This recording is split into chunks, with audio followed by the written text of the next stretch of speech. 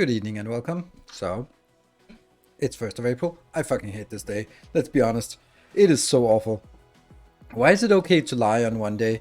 Which means that you can't trust anything what anyone says for a whole day. It's the fucking worst. Thank you. Good. So, there'll probably be someone who will share some shit in stream, and we'll just gracefully ignore that, right? Because I don't adhere to it. I find it silly. I can kind of okay. So it's exactly like all other pranks. They can be fun in the moment, but they deteriorate the trust of society.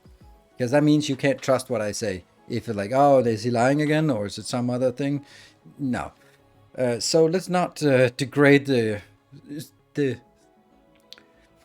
already torn fabric of society. It's under enough strain as it is. So let's not make it worse. I don't know a single person who celebrates for April 1st. No, but sometimes news stations or random Reddit post or random YouTubers or something like that would be like. I was considering, I had my old my old Factorio speedrun, and I could have sat down, recorded myself in front of a camera with a blindfold on for 4 hours and 20 minutes and commenting about random Factorio stuff, and then just upload it and go like blindfolded speedrun of Factorio. That would have been marginally fun, except an awful waste of time. Recent tech news site. Well, tech news sites. Like, what is that really? Back in my days, in the good old Slashdot days, then there was some quality to tech news articles, because the internet was not video based, it was blog based, so text based, and it was not completely driven by clicks at that point. So there were reputable sites with good articles about stuff that just doesn't exist anymore. Like, not even reputable newspapers are reputable anymore. They're just like clickbait farms still. And most tech sites are just like freelancers who get paid by click, and that's it. So, of course, an April Fool is absolutely brilliant content for a tech news site, because you can in good conscience go completely overboard on your clickbait titles, because hey, I'm allowed to lie today. It's not even has to be a question mark at the end to say like, is it true that, even though it's not true, but you can still like go ahead with that question because I'm just asking questions. So yeah, September 19th is better. Yep. Has a few threats left. Yes, it's pretty threadbare, the fabric of society. Yeah. So anyway, there's something else I want to talk about. And first, it'll be without spoilers, of course. But the Panama Canal scene. Holy fucking shit, that was amazing. So, and then let's see if anyone responds to that comment either with a I don't get it, or with a oh my god yes, or it's like no, it sucked. So let's see if there's anyone who it's badass. It was indeed. Let's not go into it. No, it's working. Yeah. Yeah. So I would say that for anyone who either has read the I'm going with clueless here. Perfect. So let's make sure that you don't get it spoiled for you. We'll not spoil things for you, Mr. Mephistopheles. And good evening, Samagon. I would highly recommend that you watch Three Body Problem on Netflix. Now, there are definitely flaws to it compared to the book, but there are also things that it does really, really well. Binge all 8 episodes in one go. Wow, that's crazy. I would not do that. I with those kind of things, I watch an episode and I want to watch the next, but I'm deliberately not gonna do it because I want to last like I can then watch one in the afternoon and then one after the stream, and then one in the afternoon, one after the stream, and then that's it is without sort of comparing it, because I'm very much a purist with that regard, so I'm not the best person to sort of do these kind of comparisons. But as a standalone thing, it is really, really good. 8 episodes of about an hour. It's mind-boggling, and trying to avoid spoilers because there are some things that'll just have your mind blown, and that's really amazing for these kind of things. If we can talk a little bit about it in sort of non-spoilery terms, and watch the shock and awe viewing out of the way so I can go back and watch the critical viewing. Ah, okay, yeah, because by the 7th episode, you're just completely engrossed. When I do something like that, which I rarely do, then I dream about it that night, which is just a little bit too crazy. Like, yeah, so I try to not go overboard because it'll sort of leak into my dreams. So I'll just like one episode here and another episode there. Same with like listening to audiobooks or playing particular video games for extended periods of time. I mute the stream for 5 minutes. No, there might be other people who are also there, so you don't need to do that. But I think that some of the things that they did really well was make all of the characters into a coherent group. And all the race and gender changes, I don't mind those now that I've seen the whole thing. Sometimes it's a little bit too Hollywood, but here I thought it actually made pretty good sense.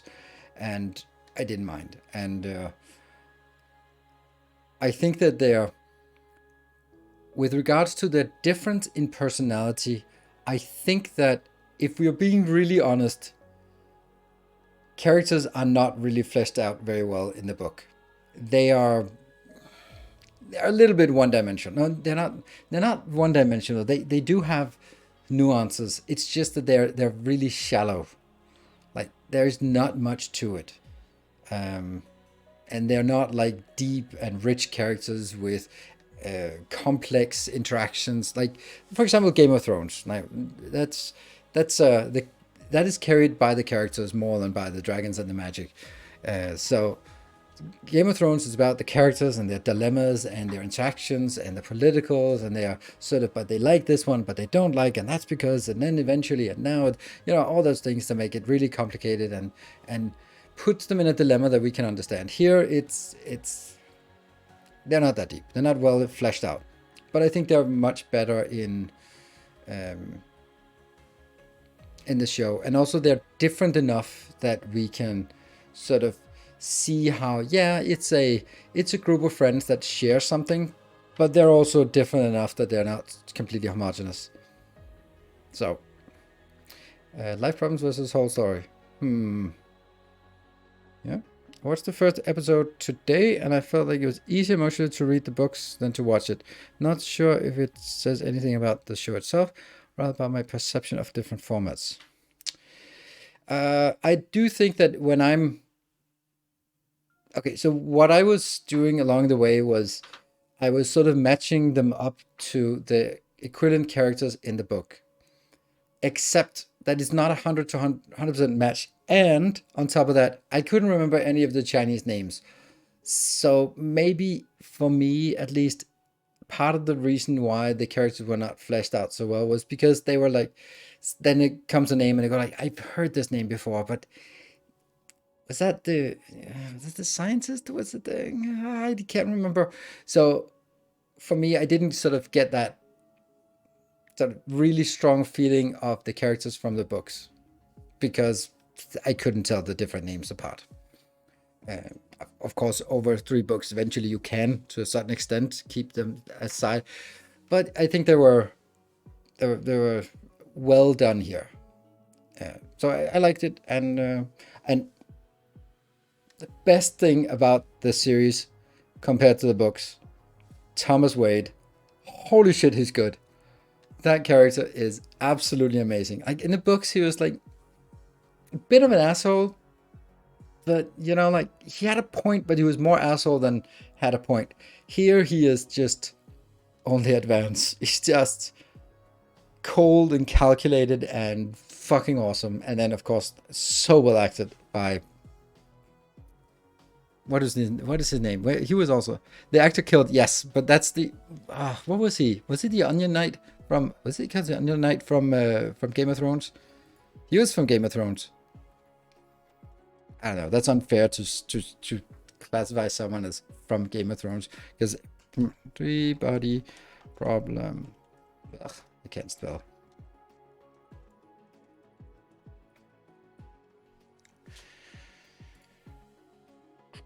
Let's see.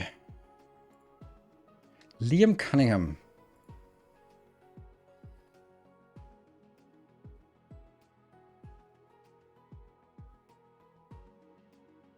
So Davos Seaworth, yes. The Onion Knight, yes. I was just like, when I said Onion Knight, I was like, that's the guy from Dark Souls. So that was it. The composer for the score. The composer also, I mean, I think it's, now that I've watched the whole thing, I think it was really amazing. Not 100% true, and there are some things that I'm going to be like, interested. I love that they pulled things in from several of the books, and I love it. When I've watched the whole thing, I really wished that the story had been 2 seasons, because they were moving way too fast. I would have liked to drag this out.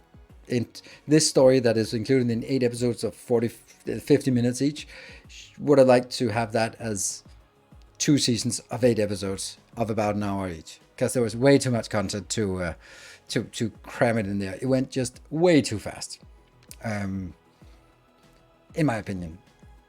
But that's because I love it, and then when I love something like this, I just wanted to go into more detail and dwell on it and be slower.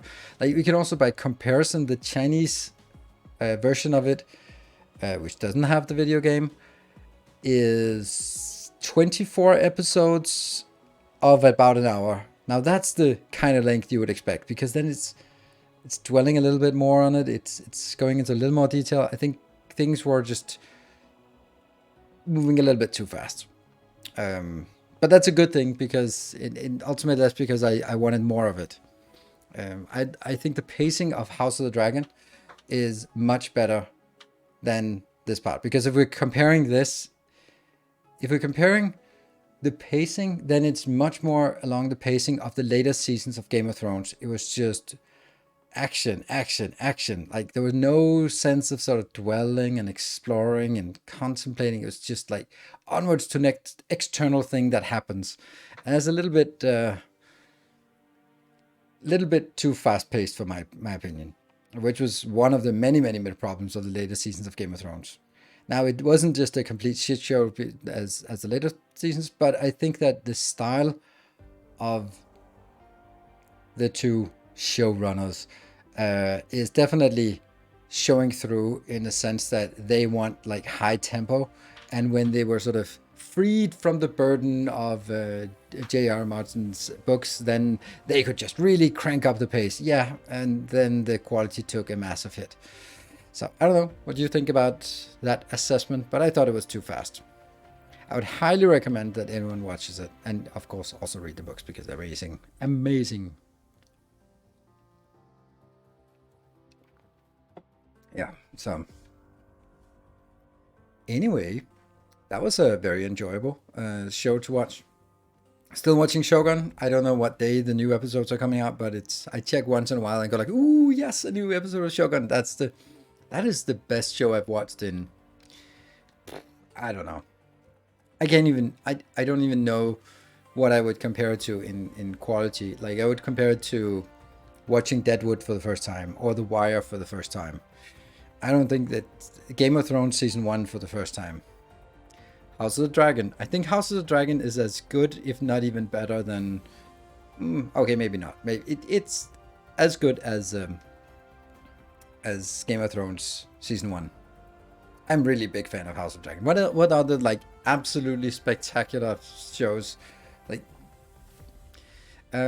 Black Sails was also like really good, but not quite up there. I bought the book. So much of the story. So, how much of the story the book covers? I assumed be like only first book, but I don't remember Wade in the first book. Exactly. That's they pulled in things from second and third book, the stuff that happens in current time, into this one. But this, when you take a book, and not a small book, and that's 22 hours of audiobook, and then compress it into 8 episodes, then it's gonna be rushed.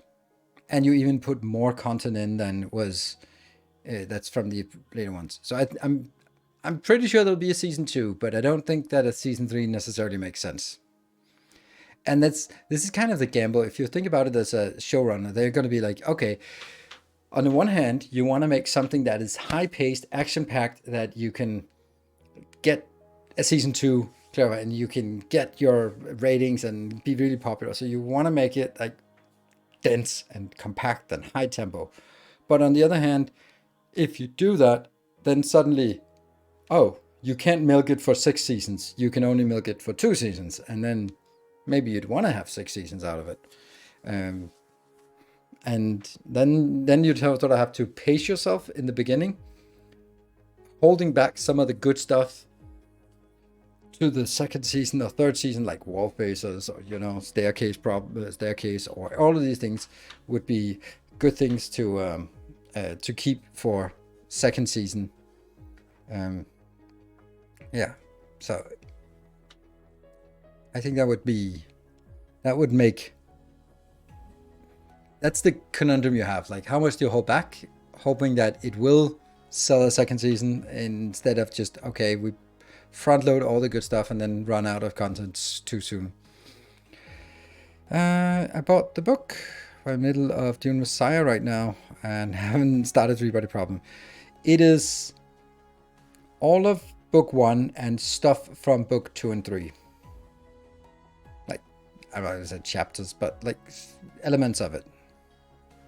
So, yeah. I don't think then the stuff that is not part of the show from book 1 is like details that they have chosen to omit, I would say. I don't think there's something where they're like, oh, that's a massive part that they just cut out. I thought there was something I would think about that they were like, oh, they glanced over that. I think a lot of that they glanced over. Maybe that's, yeah, maybe, yeah, it was a little bit weird. Yeah, I'd like to talk about the end, but I'm not going to talk about the end. I just found it a little bit weird way of ending it. But it was very clear that they want to make a season 2, and it's good. So that's let's keep it as that. It was good all the way through. So I highly recommend, for anyone who hasn't watched Three Body Problem on Netflix, do so before anyone accidentally spoils it for you, including me or anyone else here in the community. Whew. Did you watch Foundation? I fucking hated it. What a woke piece of shit. I hated it. I hated it so much. The only thing that was good was the 3 emperors. That was because how do you make an internal dialogue with a cloned emperor? That I like that. The rest was just a huge dumpster fire. Absolutely hated it. I don't think there was any redeeming qualities about it. Like, why did everyone just become superheroes? Like, what the fuck is up with that? Like, the whole point of this is that these are ordinary people who have getting put in extraordinary circumstances, but it's the whole essence of psychohistory is that it is not the people who drive it. It is not the individuals. And then we have these superhuman, superpowered, and it just didn't belong. It was so weird. And yeah, book's amazing. The show sucks. Good. Books are absolutely amazing. It is. When I read the books first time, I was like, why are there so many reference to microfilms? Like, that's a weird reference. And I looked up, like, oh shit, it's from the 50s. Oh, and that just says how good of a, I can't remember if it's the 50s or something, but that just says how good of good writing it is when you can write sci-fi and you don't really feel it's dated until sort of you look at small specific words and not sort of the grand scheme of things. I really like that, and that's just a testament to how awesome writing it was, because they took a lot of things out, and you could tell an amazing story about it. So I really love the overall story, and when I heard that they were going to do a TV show of Foundation, I was like, well, that's awesome, but it's also scary because TV shows are based on characters. You get to know the characters, you root for them, and then it would be like, okay, season 2, none of the characters are alive anymore. Fuck off. It's a new era. And that's also going to be an interesting challenge for Dune if they want to continue making movies about that. So I am very skeptical about TV shows based on good books. Like, I think the movie for Dune was amazing, absolutely amazing, and Three Body Problem is very good. Foundation, utter crap. Wheel of Time, piece of shit. What else there? Lord of the Rings of Prime is just even worse. Don't even watch it. I don't want to grace it with a view for Prime. That is just disgraceful. What else do we have? The Witcher. To quote Henry Cavill, fuck. It was almost there. It was like, I really wanted to. I loved the convoluted story of first season of Witcher, and I was willing to look past all the bad stuff. And then season 2, it was like, oh, it got really, really hard to sort of blank out all the bad stuff and just only focus on the few scenes that Henry Cavill was actually in and actually did Witcher stuff, and not sort of being, Siri and Jennifer doing all the work. And I was like, why is The Witcher not doing anything in a show called The Witcher? And then it went downhill from there. The directors can't just accept telling a story. Yeah, I don't get that. So here's the thing. Like, you take something that's a beloved story, you buy the legal rights to it, and then you go like, right, this has millions of fans. Let's ruin it. Like, why not just say like, this has millions of fans. Woo! Our job is easy. We just have to convert it into a storyboard and then cast some good actors, and there we go. We have the story is already done. There's no reason for us to change anything. It's already done for us. Woohoo! Less work, awesome. Instead, it's gonna be like, let's take some beloved piece of literature and just absolutely fuck it over and then shove it down people's throat, because we'll get the views anyway, because it'll say The Witcher, it'll say Foundation, it'll say Wheel of Time, it'll say whatever the hell show is being pushed. And I hope that, I hope that all of the awful disasters will show that it's not a good idea to do that. But maybe it is, because I think that one of the things that now I'm thinking, like, let's imagine ourselves as Netflix executives, and we want to make a show, and Netflix are pumping out hundreds of shows every year. Like, how the hell do you get it to stand out? Like, you can't market a particular show that you just came up with. That's just like Resident Alien or whatever. Like, are you gonna market the hell out of that? No, you throw it on there, and then it'll get some views, and that's fine, and it'll make the money and whatever. But if you buy some IP, then you don't have to do any marketing, because their community will do all the marketing. They might make hate videos on YouTube, but it's still fucking marketing, and people will watch it even though they hate it. And therefore, we don't have to spend money on marketing, because there's a community already existing around The Witcher, around Foundation, around Wheel of Time, around Three Body Problem, and it'll sort of spread from there.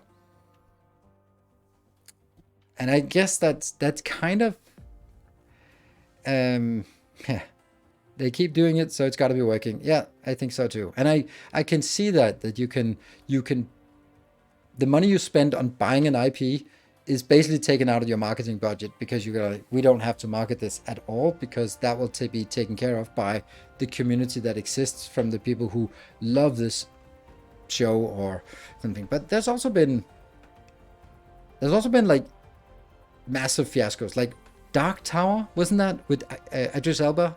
And like Stephen King's version of Lord of the Rings, his epic fantasy, like, it was gone. And you can't even remember it right now. Arcane and Blue Eyed Samurais are amazing on Netflix. Yes, but Arcane is also, you get the marketing for free because that's the entire League of Legends and gaming community. But holy shit, Arcane is good. Wow. That's adding Arcane to the best shows ever.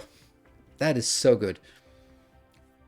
Expanse is also there, but Expanse didn't start on a high note. It sort of built up.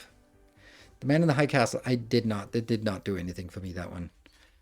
Blue Eyed Samurai, yeah. I feel like Arcane made people realize League has lore. Yeah, but the thing is, like, the thing that Arcane does better than any other show is female characters.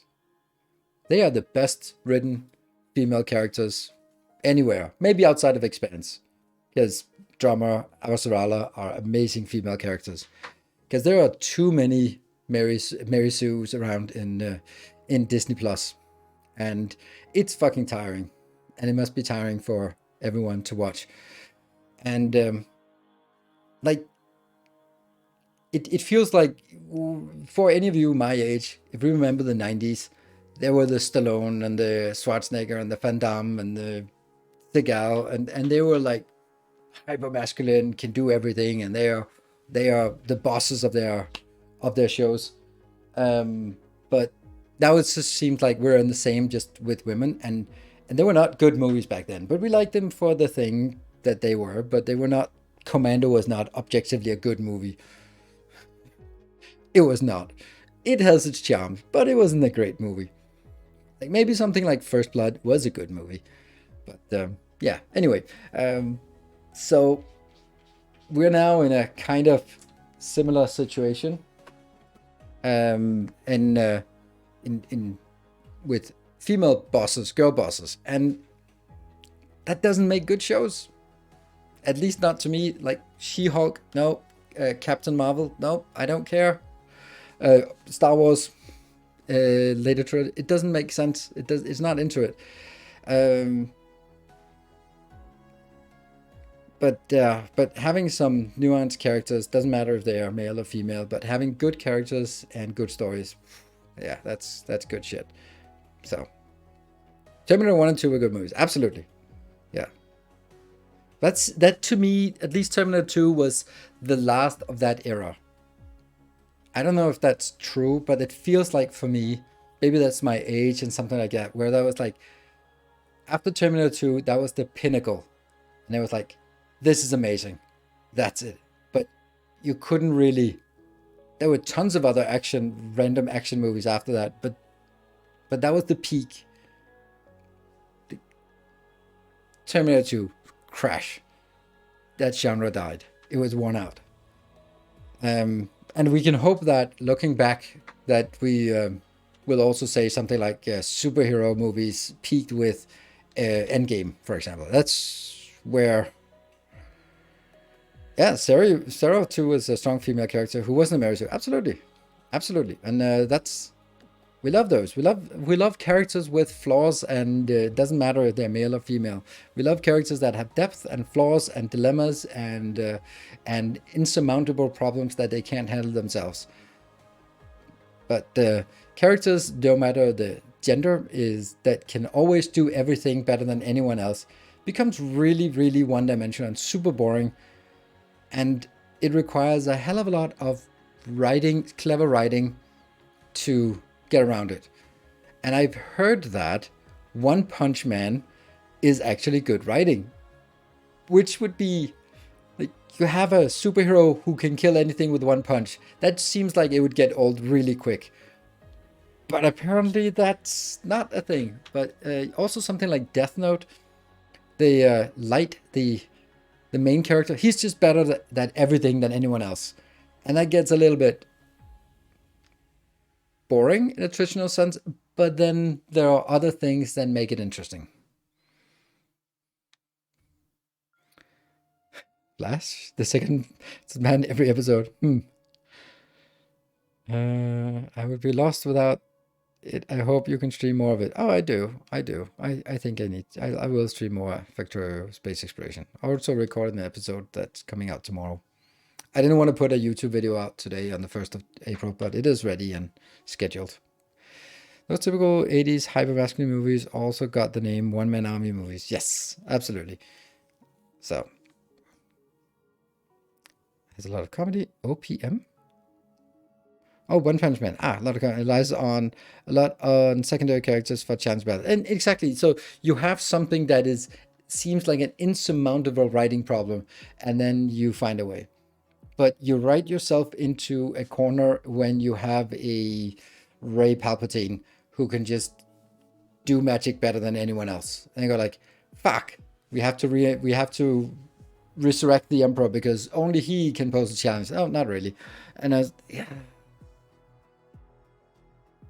Too many people think of Light Yagami as their idol. Well, too many people think of Tyler Durden or I can't remember, but Christian Bale from Psycho. Or if you're old enough, the main character from Clockwork Orange. There's a lot of questionable problems, questionable main characters, or even De Niro in Taxi Driver. Also, not exactly a good main character to sort of idolize, but there are a lot of those. So, yep. Actually,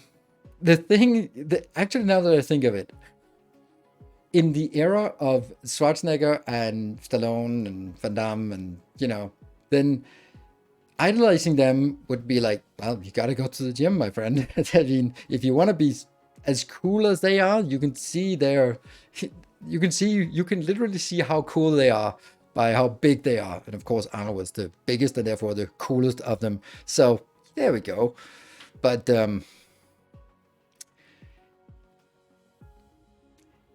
male icons these days, not so appealing, and therefore does not necessarily encourage people to strive for good, healthy behavior. Just scams and crypto bros and whatever else.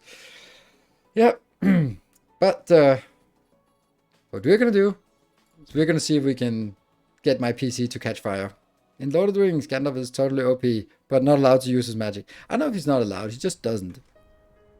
I don't know why he doesn't, but he doesn't. It's not like, I mean, who is telling him he can't?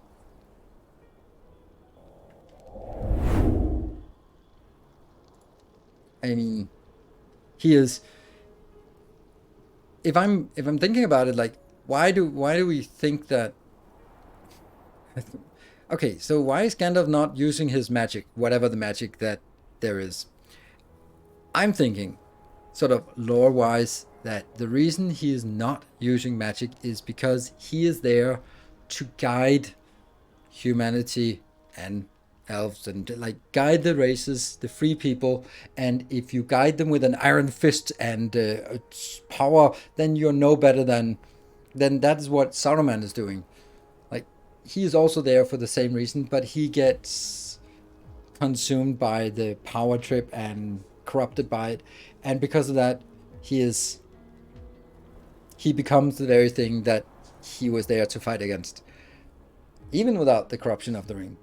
And Gandalf doesn't use his power because power corrupts, and therefore he'll only use it in the very, very most critical of times, such as random birthdays for hobbits. That's a good time to use magic, and fighting ancient Balrogs. Those are the two things where you go like, all right, screw the rules. I'm gonna crack out the good ones here. Ah, yeah, DiCaprio and Catch Me If You Can. Yeah, that's true. The whole grifting thing is now I'm thinking like that is a sign of the times, but it isn't really, because I remember when I was younger, then the whole hustler culture was also a thing, and they were sort of looking up to hustlers, and now it's just grifting or whatever it is. So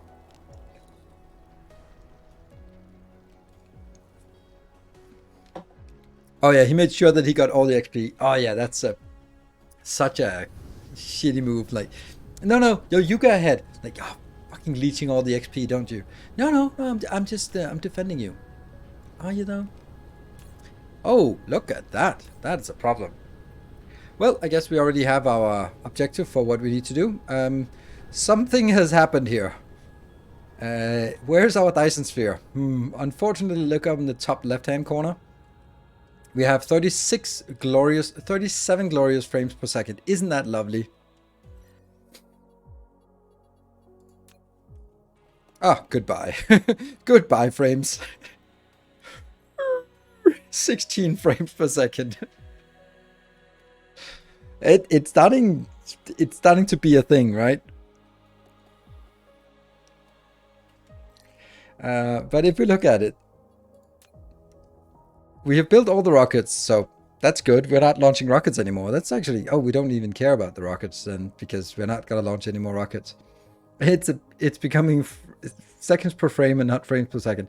But here we're consuming, or we are absorbing 102,000 per second, or no, not per second. That's just 102,000 that are being absorbed. That's the maximum absorption rate. However, it looks like we are absorbing faster than we are actually putting it in. So let's go out here to our Dyson sphere and seeing, yeah. So we need to set up more launchers. How is the sphere math for the 1 terawatt? I think that it should be quite sufficient. Because I showed the math in Discord and then I realized that I had forgotten to multiply by the luminosity. There is something per node. Welcome home. No, not nodes. Where is it? Here. Each one of these structure points gives 93.8 kilowatt, and each cell point gives something, and then you multiply the whole thing together. Godspeed! Thank you for the 4 months. Welcome back. Falco, thank you for the brand new Prime. Welcome to the community. Thank you very much. On which graphic settings? All of them. So right now, if you look at this, we are at not even 20%. So we're somewhere at 15% of the constructed cell points, and cell points carry the majority of the power. And that's already at 800. Actually, that's not entirely correct. It's at 400 gigawatt of energy. So this will easily get to 1 terawatt with time. But we do need to find a way to launch more solar sails at this, and that's gonna be the best thing. It looks so good, right? Doesn't it? Some of them. Let's go over to this one.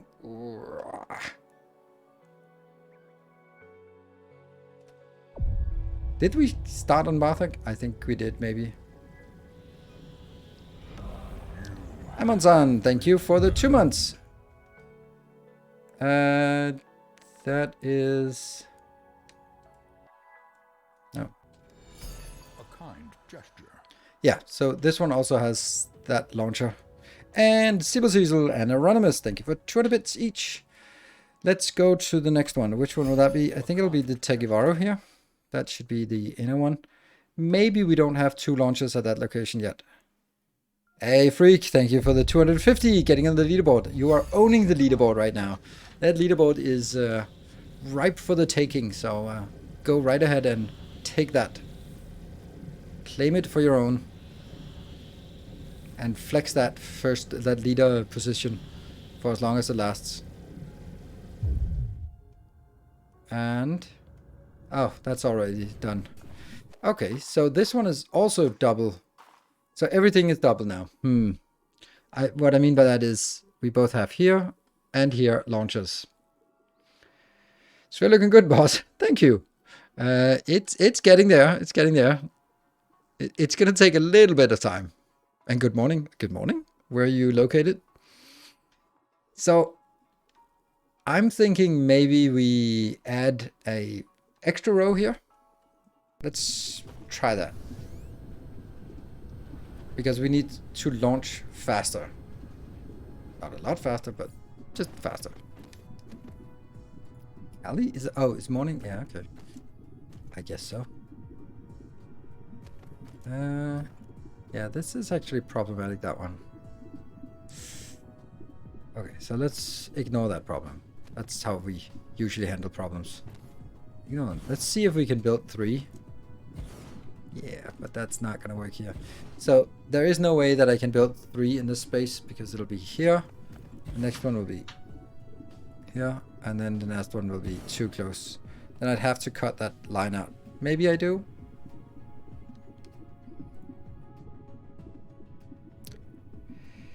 How did you get the FPS counter on the top left? Is it an in-game counter? Yes, it's an in-game counter. The reason why you don't have it is because your PC can handle it. It comes when the FPS drops below 25, then it automatically pops up because it kind of goes like, there's a problem here.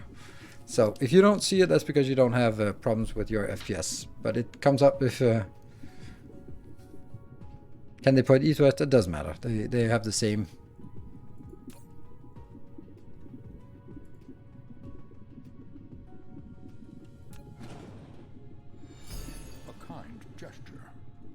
See, they take the same space, no matter which way. And Swammer for the 200 bits. Unfortunately, you're not going to make it to the leaderboard at this point.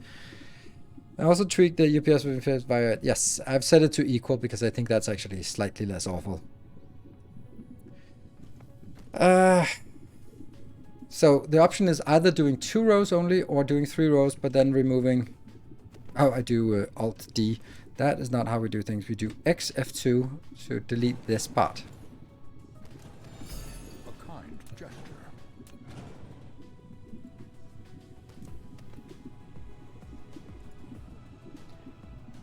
This might be a problem. Like, it might be in conflict somewhere. No? Looks like it's good.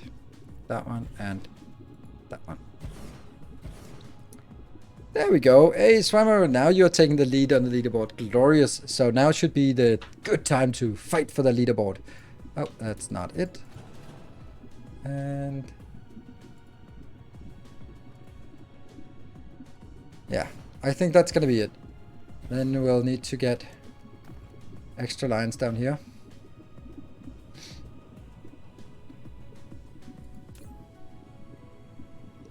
I've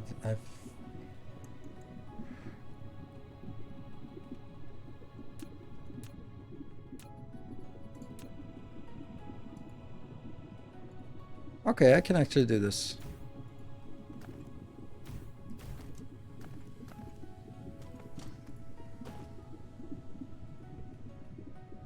Good.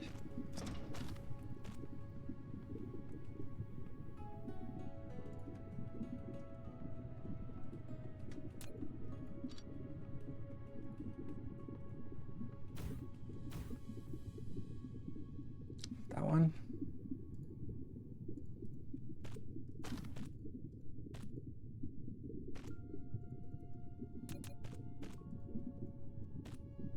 There.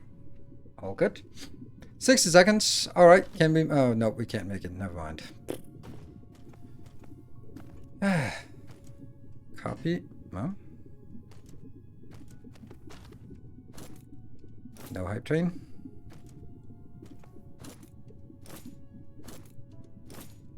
There. So this is now circle 1, circle 2, circle 3. Yes, there we go. And then I need... oh, it's actually not here. It will be... that one, and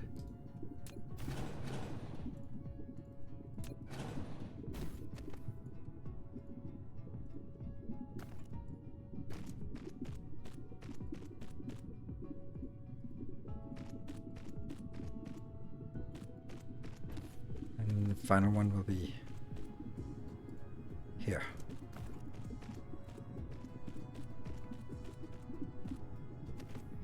I guess that's the right way to do this. Well, it's the only way to do this. And then power poles should be...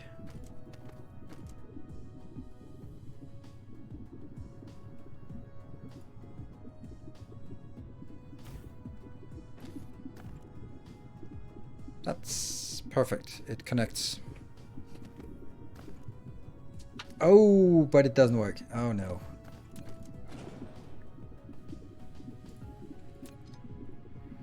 Yeah. So that connects here, but it doesn't connect. There. And then I would normally skip this and build it here. But I can't afford to do that because I'm not sure that I'll get everything. Is this more consistent with pass-through versus sort of... Oh yes, absolutely. Absolutely. Completely agree with that one. Like, you're looking at it and go like, is this a pass-through or is this a... So, and I think it might be just two different people doing it, or they did some and then they realized that they could do it the other way, and then they were like, should we change the other ones? No, that's too late. And it wasn't too late, but it's too late now.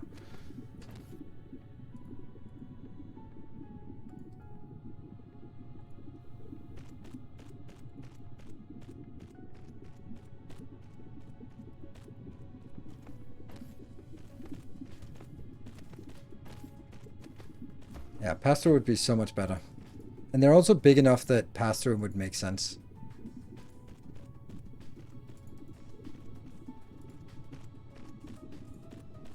So now our fast robots are not fast enough because the whole thing is running at a third of the speed that it would normally be running at. So my mind can actually keep up for once. Oh, hold on. Let's get some of that, and also definitely gonna need more. Let's get 200.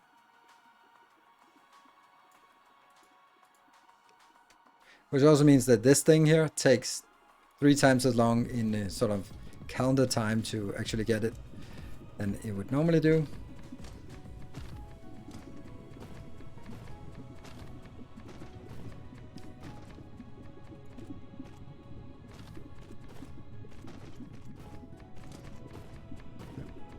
Can you turn off the sphere while rendering to improve FPS? Yes, but let's just... Oh my god, it looks so good! I was thinking the same thing and I was like, oh, you're gonna allow that. We're gonna come in here and have a look at it. It's interesting how these are running short just as it's actually completing the task. So it seems ironic that we're running out after we stop using them. But that's just perfect timing. And this will go away by itself, these qualifications, these notifications, as they sort of slowly fill up. And it was deuterium fuel was running out first, which is not a big surprise because we just don't have tapped enough deuterium locations to keep this up.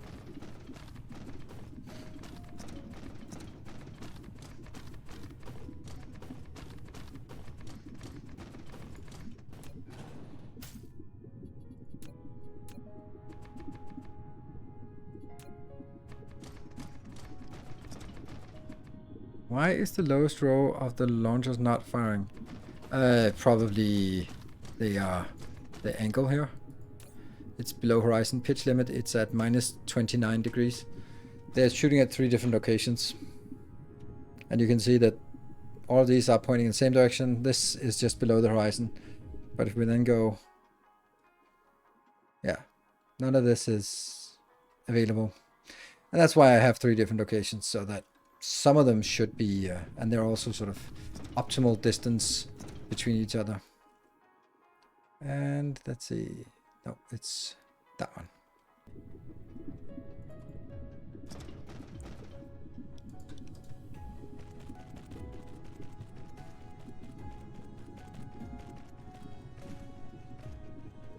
That's the power usage like now. Power usage? Not much. Like, what do you mean? Like, for this planet, nothing. Really, nothing significant. But is it really the power usage you're asking about, or the power generation? Because power generation, it's 482. Out of that, the 398 comes from the Dyson sphere, and it's now decreasing actually, because we are... A lot of the good old solar cells are expiring before they get absorbed, and then we are down here, so... That one.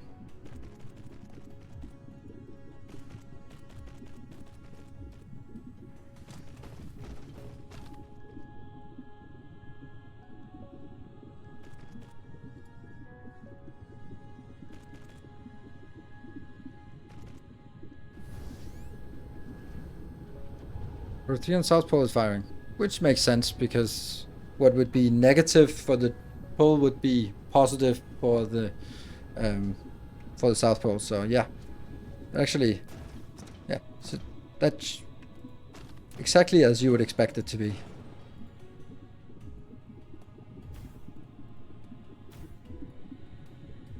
At least exactly as I would expect it to be.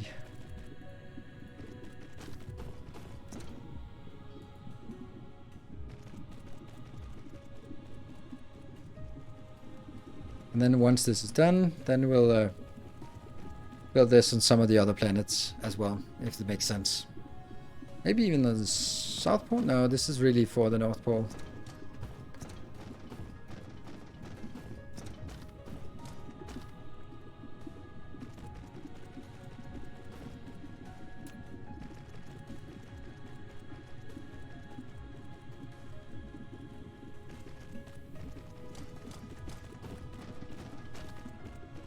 Got it.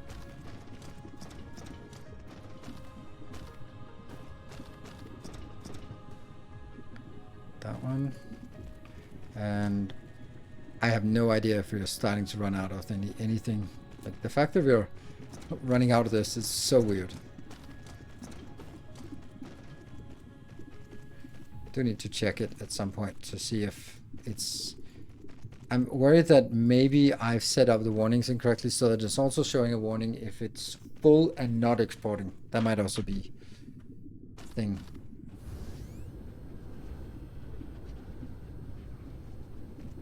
And then I need to delete all of that.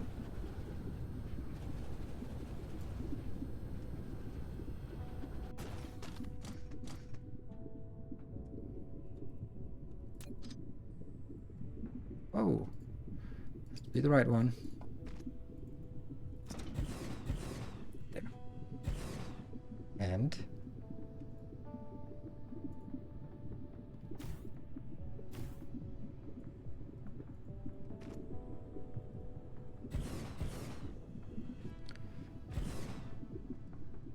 then I need to take this part, delete this, and then use it. I don't think I can copy paste.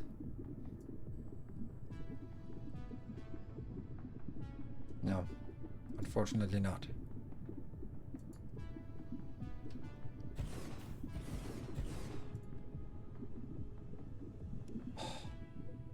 I thought I had caught that, but I didn't.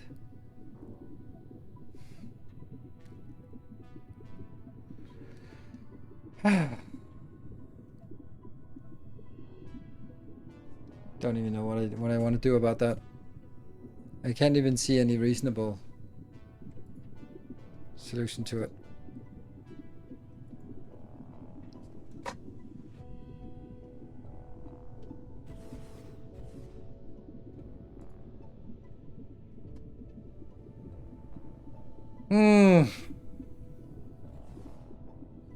What do we think? I can move the whole thing one down. I don't like it.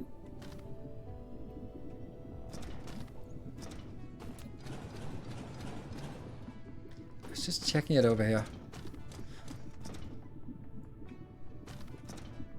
Ah, right. I should have just taken one. What are we building there? More solar launchers because we are running out. You can see that they're unable to keep up with the demand. So eventually we'll run out. So we need more launching.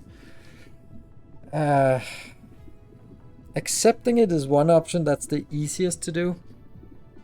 But then it won't be a nice blueprint.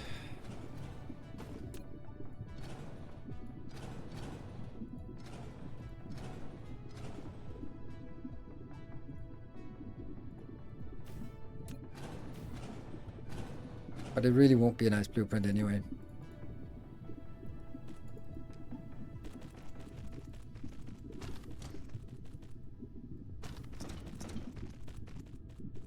Because now it will be leaning so much out that it really is hard to argue that it's inside this realm anyway.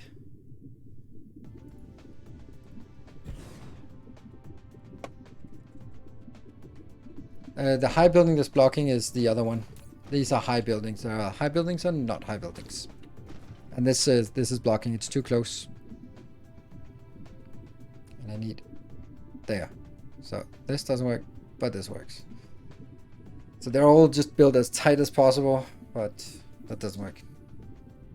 Have fewer, don't have power. I don't think so. Like these ones, they're not built yet. So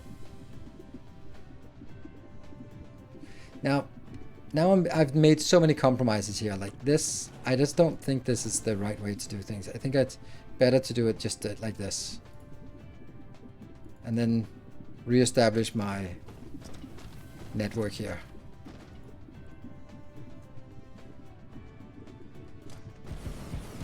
One, 2, 3. 1, 2, 3.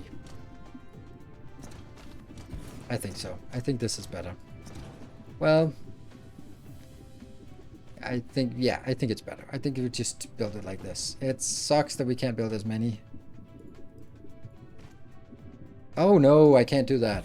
Ah, because then I won't have it evenly on 3 lanes. Ah, man, I needed it on 3 lanes. Oh, right. Over here I have some that don't have power. That's actually true. How is that the case? How do you not have power? They must never have had power? Oh, they had power from somewhere else before. Huh. That's what you meant. Huh. Interesting. That's weird that it just so happens. Because you removed solar, yeah, and therefore also these ones, which give a lot. Alright, so we have... This option is better, but... Alright, we have 3 options. Either just make 2 rows, but then I have 3 swarms that, and then I only shoot to 2 EU. Then the next one is like this, and then I have gaps EU. Then I have the third one, which is like this, but...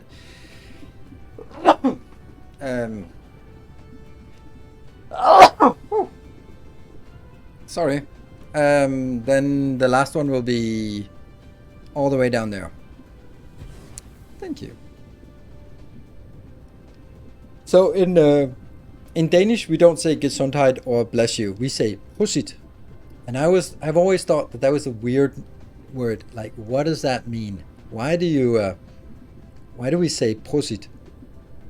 And then I found out it dates back to the Middle Ages when you're sneezing, you're opening up all the way, and if you sort of are so open, a demon can sneak in. So you have to be really careful when you're fully open during a sneeze. A demon can just jump on in. But that's why there's a magical word that will just guard off demons called prosit. That's it. It's a magical word that demons don't like. And there we go.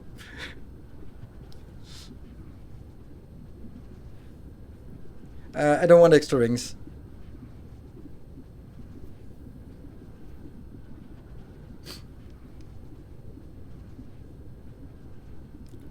That's the sort of logic with bless you and Angus too. Yes. It's just... you can also maybe do 3 rows, but further apart. No, I wouldn't be able to. Then I wouldn't be... Because I couldn't make a pattern here that would always be in the middle of this. Then it would be uneven. Because they're different sizes, so...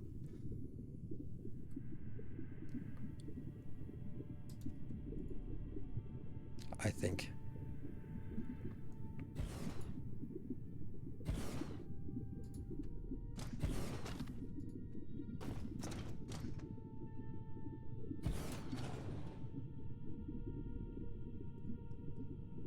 This is actually spaced at 11 tiles each.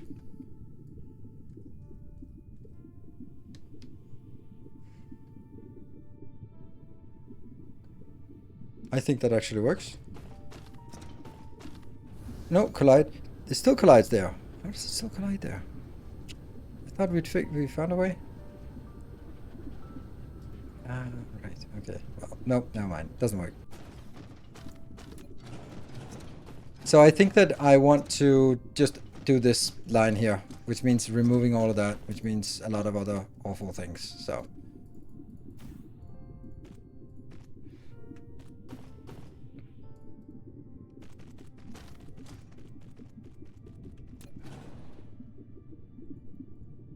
and we have to make sure this is 4, this is 3, this is 2, and this has all these things in it.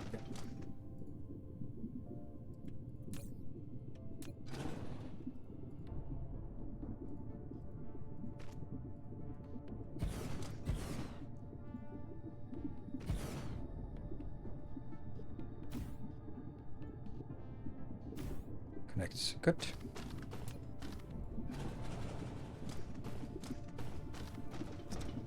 Some of these just fall out of power.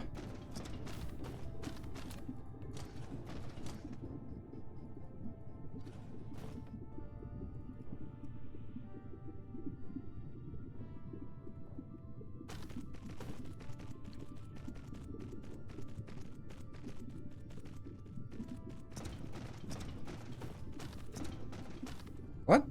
It was colliding with the belt. Oh, it was colliding with the belt.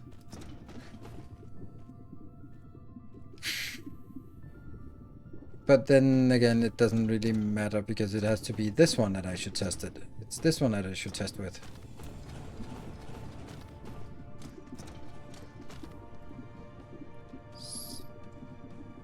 This is 10 tiles each, and this is now 11 tiles each.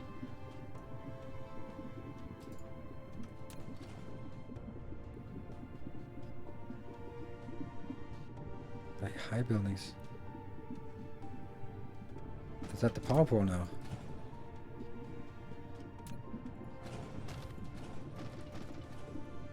Okay, so I would start here. This is 10 tiles each, and this is now 11 tiles. No, 11 tiles doesn't work.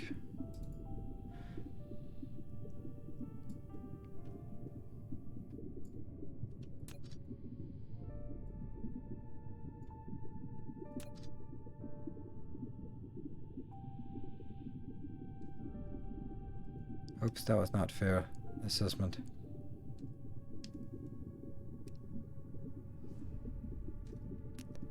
I don't know what this is.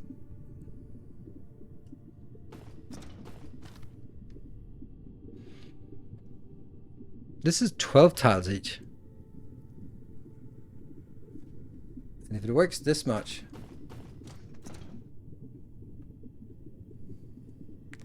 Is that better?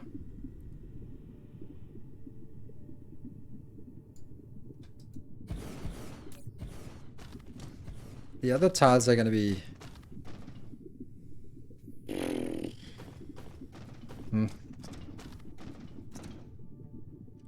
Feels weird. Don't forget my break. Alright, let's take a break. It's not a starry night, it's just... yeah, a Dyson sphere that's somewhat in progress. I'm gonna go up... Oh, there. Oh, come on, get off the planet. Come on, you can do it. Get off the planet. Yes. Get off. There. And go in here. Get that one. Actually, I'm not actually free of that one yet. Take a save.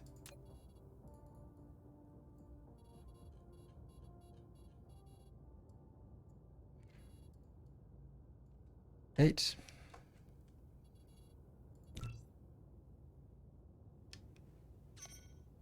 There we go. Cool. Be back in 2 minutes.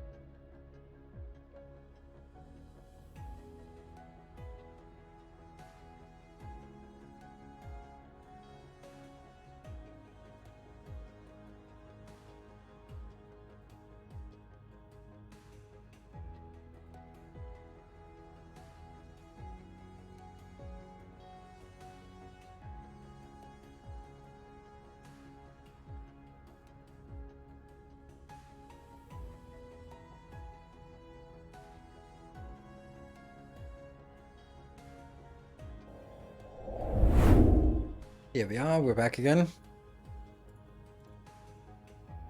Whew. It is a mega project. Let's let's be honest. And let's see if we can find our planet again. And also disable. We didn't even move that far. And then disable this so we can free up a few frames.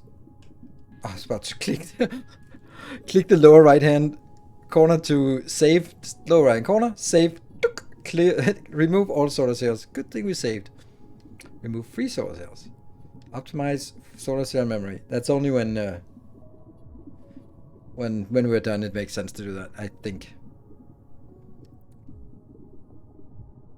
When the service life of a solar panel ends, this feature allows new solar cells ejected to directly fill vacant spaces.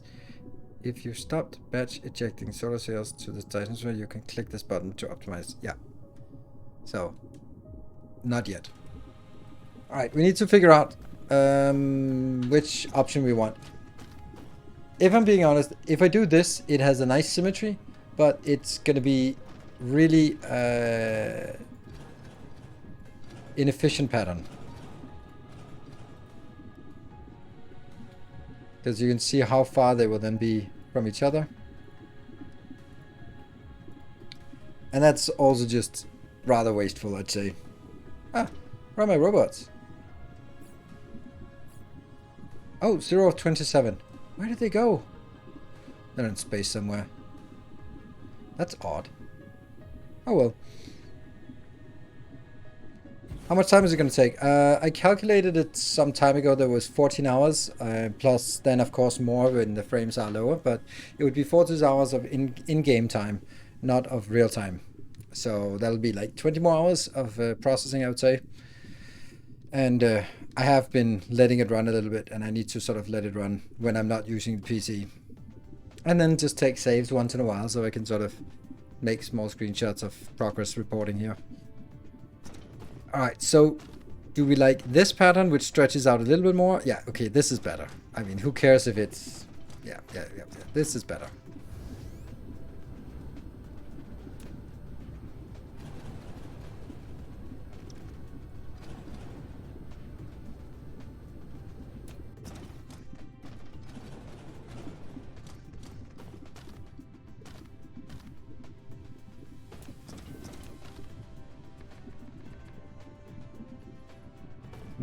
Not entirely happy with the design here. It's definitely not. It's not ideal.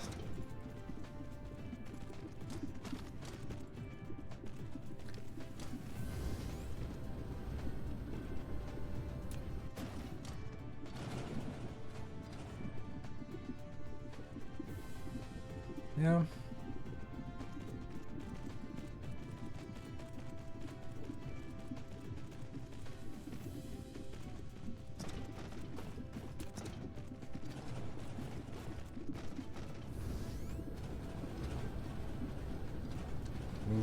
Remove. Oh, okay.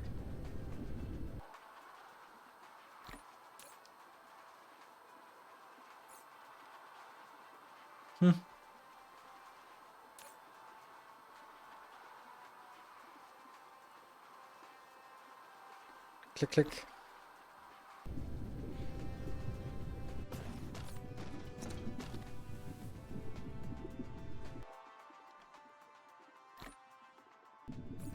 Read up some part of this.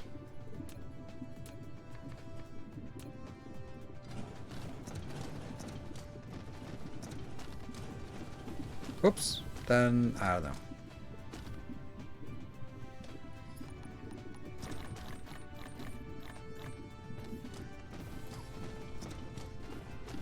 Take this out.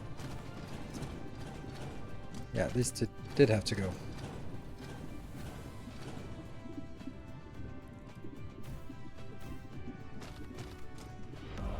Now I hope this version works. And Tiki, thank you for the 6 months. Very much appreciated. One sub for all the carrier rockets that are built in the background. Then that's a lot of subs. Well, we're actually... Well, we're not actually building carrier rockets, and I don't really understand why we're not, because we really should be. Actually, that's not what I want. I want to make like one little blueprint here and then copy that. Full of happiness. There. Our illustrious champion. And subatomic bow. Thank you for the 10 months, 1 metric year. Before we do a blueprint, we see this is 2, this is 3, this is 4, 4, 3, 2. Good. Off with that one.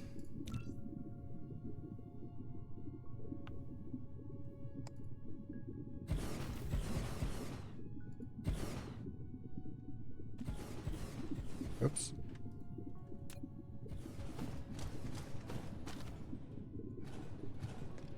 Huh. And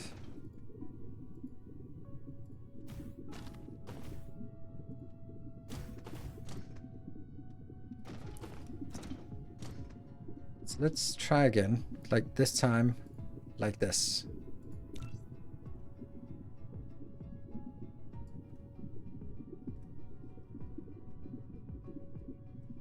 Oh yeah, finally.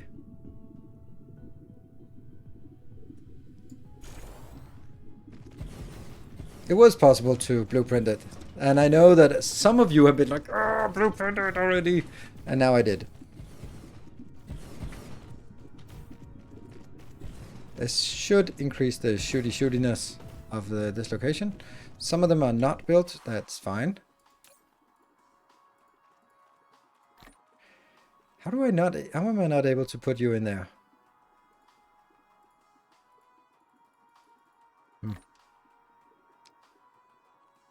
Another power issue above.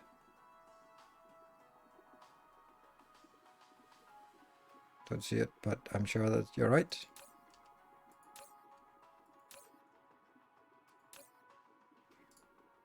There. Oh, there? I think that'll be fixed when we actually get here, and they might help. Oh, no, they're not. They're not helping. Actually, I did allow that one to be... Interesting.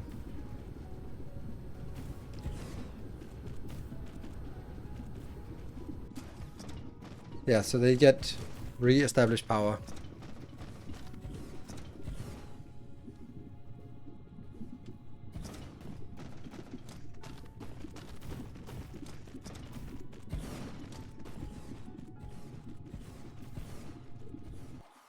I'm thinking this might actually be up to the tech level. There you go. That should also drain this a lot faster. So now we're outputting it at 4 stacks high. Because there is a chance that it might not actually be able to get to the end here.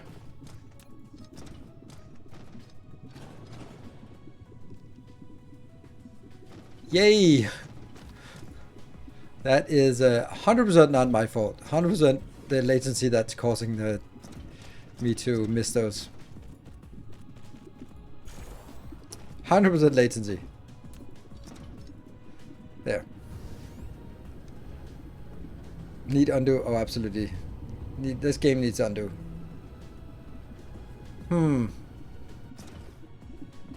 And then let's get...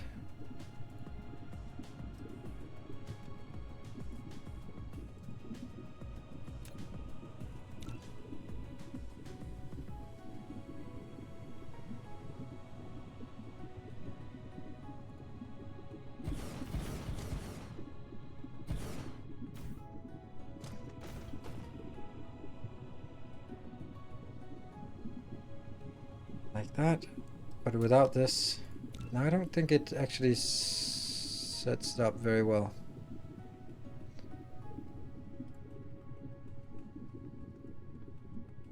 Oh, barely not. Oh, damn it. So I can't do that because I already built the belts, so we are cursed. Very small curse, but still some kind of curse.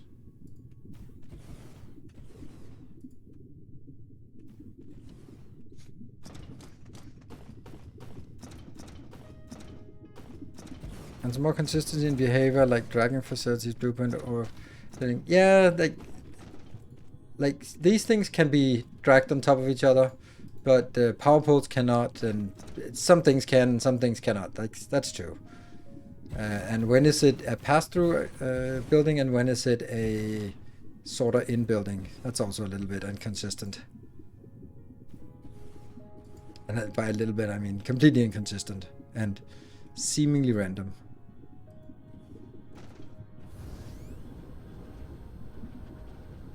I like turtles and DSP. Good thing. Good thing. Good. Two good, very good things. What about Sweet Danger Kitty? What about kitties? Oh. Did I misplace this? Of course I did. At least it looks like it was only the last one.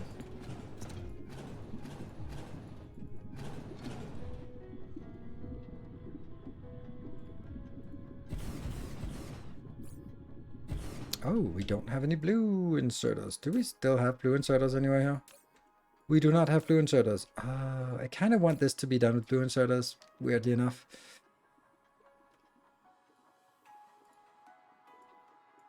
Let's urgently request these.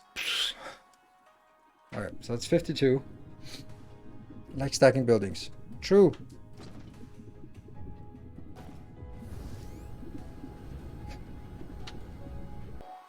Yeah. Alright, so this is now shooting. Can we see the difference on the overall shooting here? This is 35.7.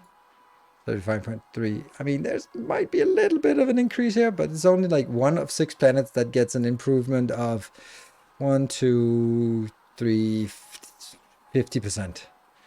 Which means that 50% of a sixth of 50%. That's not much. Haven't caught a stream in a while, but I've watched all your TSP bits. Just start a new playthrough with fresh folder of all your blueprints. Oh, nice.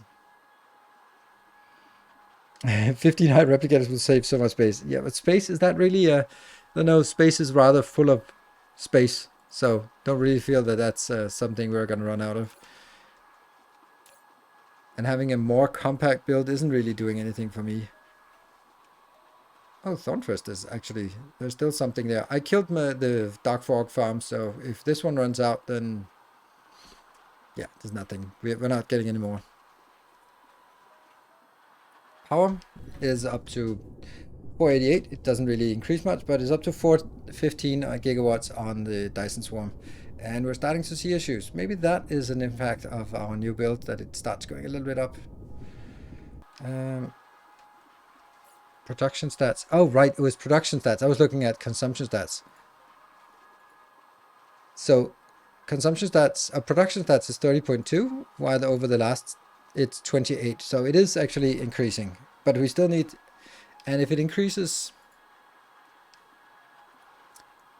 then I think we'll get to 35, which is where our target needs to be currently. Now we need this one, and once we have it, then we can move on to the next planet. Well, once we have actually built the, taken the blueprint of it.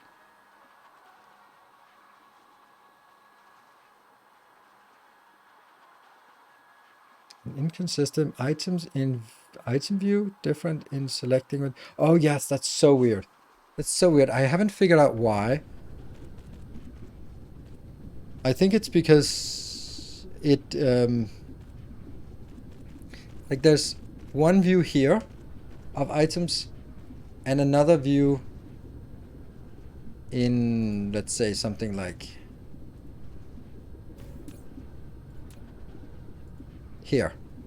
Like, why is it not always the same? There should be like one view, and that would be it. They can only add 2 more items, by the way. Then they have to come up with a new design for this. Okay, so oops, that one got built. Good. That seems to work now. Here. So now I need to take a blueprint of this. Actually, I need to start the blueprint from exactly the opposite side. That's gonna be here. That'll be, nope. outside. Is it connected to the rest of the world? I hope so.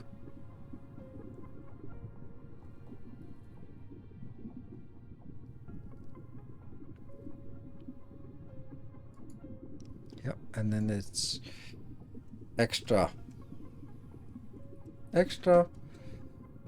solar sails. No, 2 north. Good name.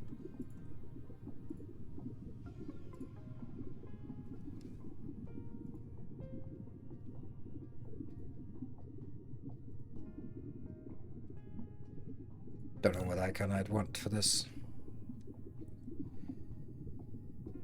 You think we will get faster belts within to max tiers to go with the max tier sorters? No, I don't.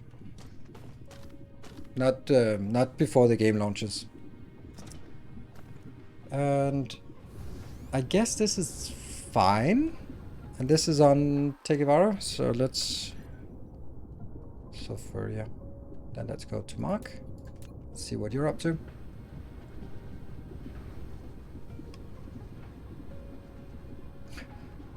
Looks like the Milky Way is such a dense amount of stars.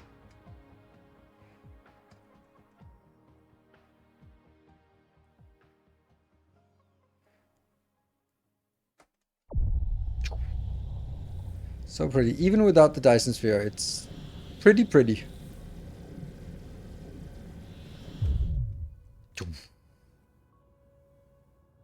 Also, autopilot would also be appreciated. That's a good point. Yeah, autopilot would be nice. Oh, I forgot to check, but I think we did it. Yeah, that one must connect here. Yeah, okay.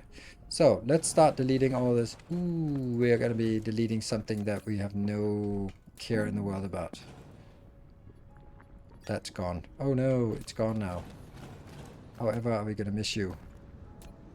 Oh, X2, yep.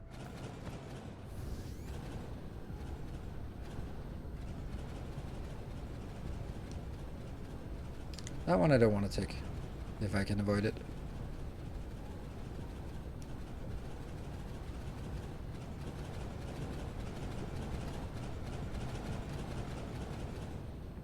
Go. Now it's actually completely isolated, which is not great. So let's try and unisolate it. There. Just for a little bit. And you... probably fine. I'm gonna get more of this. Let's get another 200. Oh no, that's not it. Because I don't want them to send from here. I wanted to go with one of those that don't have a vessel here. The reason why it said 200 was because it sent a vessel from here, which just says, oh, I'm gonna go there and pick up 2,000 if I can. And then when it gets there, it goes like, oh, there's only 100 left. And then again. And that one, and we need some more here.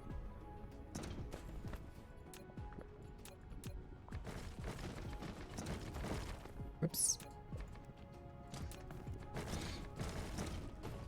Praxis here is a rare resource. Yes. And it's even more rare now. It's like the time when the Boers sent an entire shipment of diamonds and just sunk it. Or actually, I don't think they did, but they wanted to.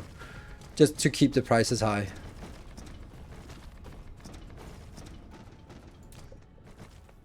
So yeah, we are just keeping the prices high. It wouldn't be rare if we could mine it at that pace. So that's we're just working with the suppliers to build a artificial sense of rarity. And that was /DMO. Thank you for the prime and welcome to the community. Much appreciated. Yeah, I know that we have some issues with that. And it's gone now. Gave it over.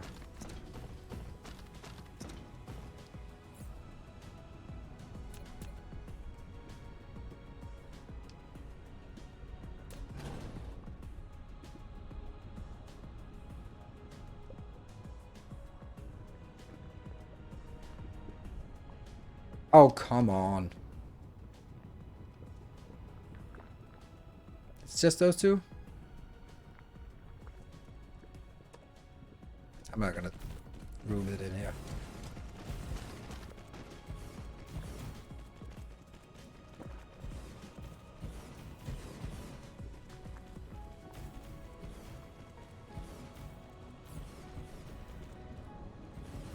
Ah, almost built a JD build.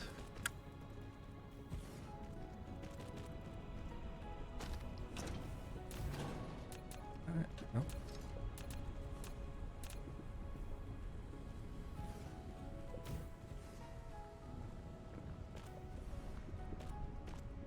Yeah, and there. Even more. And what are we not having? Yes, obviously. That's still the problem.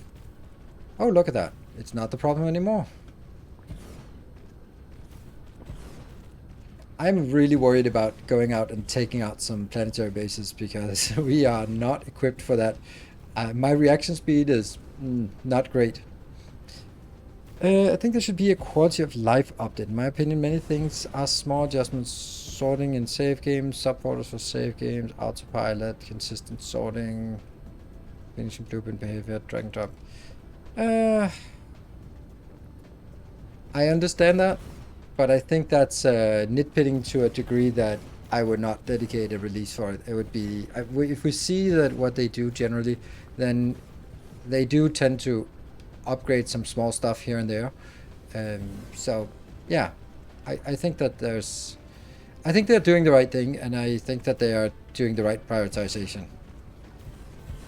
So I would much rather that they focus on the Dark Fog Update 2 with space planetary platform thingies, and then sure, along the way they'll release quality of life updates. But some quality of life updates don't really seem like great quality for me, such as the broadcast notifications. That's not high quality for me. You could proliferate the solar sails. That's what we do. They are all proliferated, so there is nothing I can do to make them launch faster. I mean, except build more of these. And that's exactly what I'm doing now. Landing radio station landed on DSR.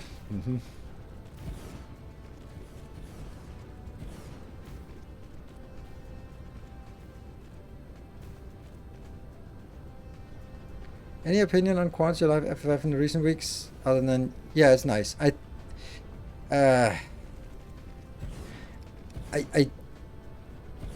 think it's really difficult for me to get any more than, yeah, it's nice. I was looking at making before Friday, I was thinking, please let there be something proper so I can do an update, because I haven't done an update in a while. And then they released like, an RTS mode and stuff like that. Yeah, this sounds nice. But it's not something I really want to sort of make a reaction video about. I want to make a reaction video about something where they add new content, some new things that will behave different. That one, get it to 4. So I think that it's great that they're doing it, and it shows that there's a good path there. Whoa, that's funny. And by funny, I mean horrifying. I had to take whole planet just to take a whole planet just to make it for solar access. Yeah, but I mean, that's also, we have 6 planets launching, so we're also getting pretty close to a full planet. Yeah, but that was a little bit of a surprise.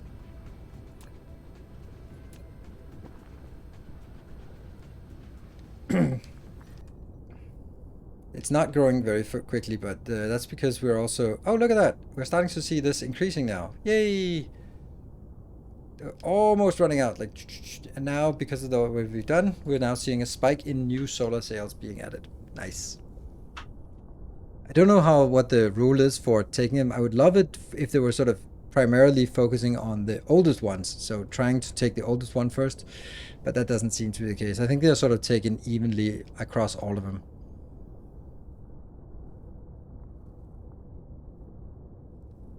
It's still like a really long way. You can see this sphere, for example, constructed, planned, constructed. So it is around 15% for basically everything here. Closer to the insertion point? I don't think it does, but maybe that could be a thing. But that would suck. Because doing shortest distance when you have 800,000 points to choose from, it's pretty shitty. It's not fun. So I would hope they would just go like oldest ID, like they do. That would be better, I think. But anyway, maybe that would cause something else. I find those things interesting in terms of games when you realize that, oh, there's actually an algorithm that affects a lot of things here. It's maybe hidden. Yeah, be CPU intensive. Exactly, that's the thing. Like, you have to think about like quality versus CPU intensity. And for example, Factorio bots is a great example where when you play the game, it's super annoying that they tend to go to, when they pick up from when you deconstruct something, it goes to the oldest storage chest. Why not the closest? No, sorry, we'll take the oldest. Which means when you know it, you can sort of manipulate it and you put a new one down, and because what happens often is that you're starting at deconstruction and then you go like, oh shit, let me build some storage nearby, and nothing happens because they're still going to the old ones. So you kind of have to remove the old ones, build the new one, build the old ones again, then it goes to the new storage. Subtle things. Please deliver more here.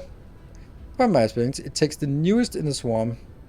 If you stop shooting, it starts to use up the sails from the right newest side and walks to those. Oh, okay, that seems the wrong end of the scale.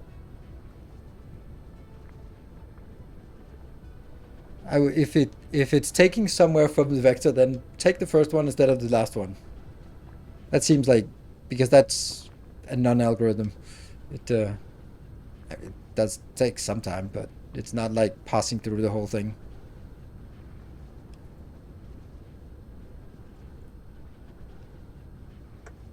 This is concerning for me, like how slow it is to bring stuff in. But then when it gets 20,000, then it'll be better. I can't go to the next one before we actually see this one working. And this is atrocious. Look at that. It's starving. I don't even know where the planet is, this one. Because it's starving. This one's still shooting.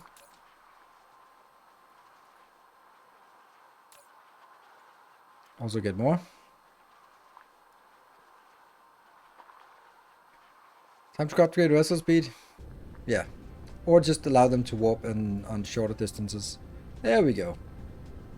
But now they will always... The question is whether they can keep up with this pace. I don't think for the time being they can't, because they're filling up the belts. But hopefully... Well, I would assume that they can come in here faster than they can consume it. Because right now they're stacking up belts 4 high, which is kind of a lot. Go. I want to see this one. The star is pre-assigned to a certain destination. I think each point on the 360 of a star is pre-assigned to a certain destination. Okay. I don't exactly know what that means. Each point on... Okay, so... Yeah, that would also make sense, because that's it's an approximation heuristic for closest, where anything that builds on this part of the sphere takes from this part of the swarm. Makes sense. So you sort of split it into sectors and then grab from there. But then if you don't have any, then you still need to go, do I have any swarms in this sector? No. Go through sectors until you find a sector that has something. And then, then it starts becoming an algorithm again. That has some computation time. Because what sequence are you going to choose the other sectors from? Anyone or the closest one? And then you sort of have to sort the sectors by neighboring to this particular sector. And then that's again something to do. Okay, it doesn't look like it's stabilizing, but if we look at these belts, these are now full. This is not non-empty. The other ones get emptied immediately here, but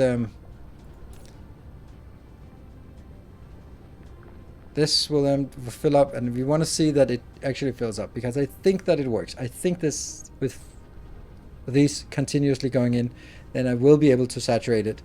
Maybe not right now, but we need these belts here. You can see that they start stacking up here. So we need this stacking up backwards. It's close. It's close to stacking up now.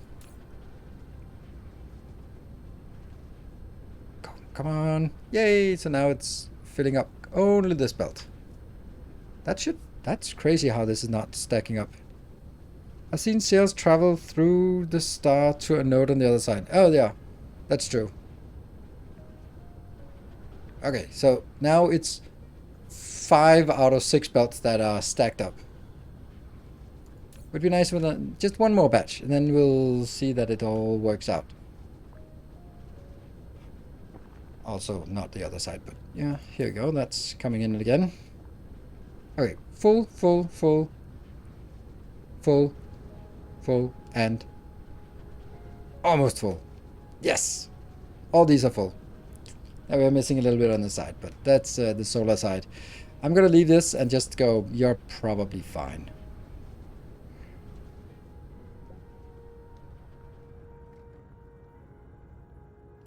And let's look at our production stats.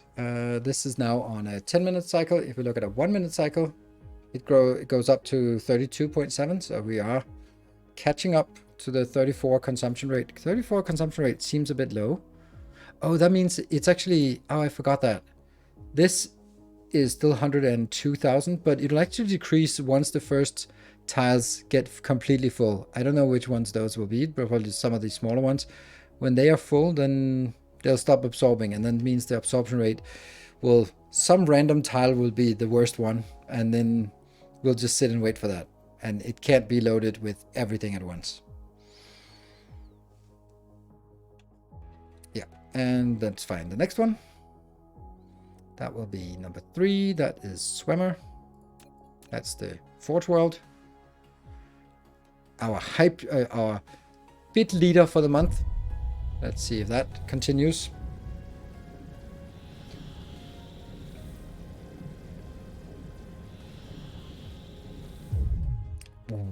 I like the sound. I just don't like it as much as the other sound.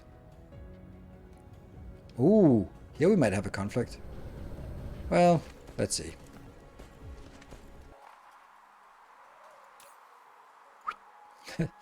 And that one. Let's get this up and running immediately. Get the new habits ingrained here.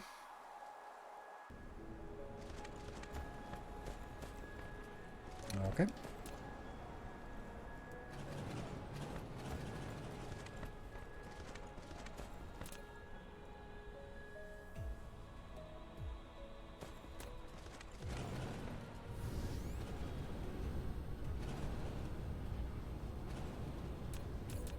Oops.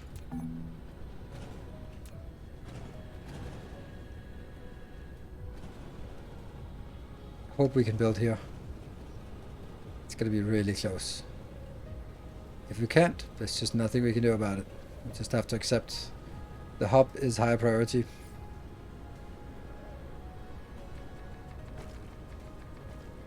No, the Forge World is higher priority than the solar sails.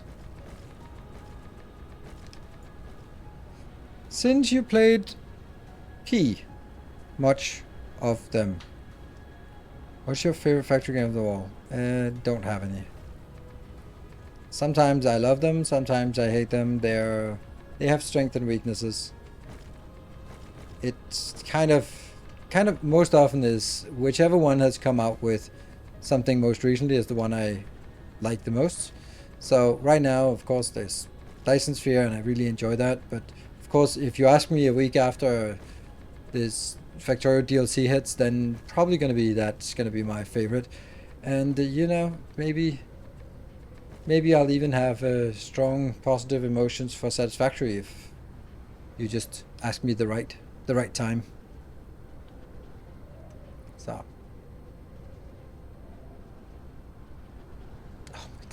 such an idiot.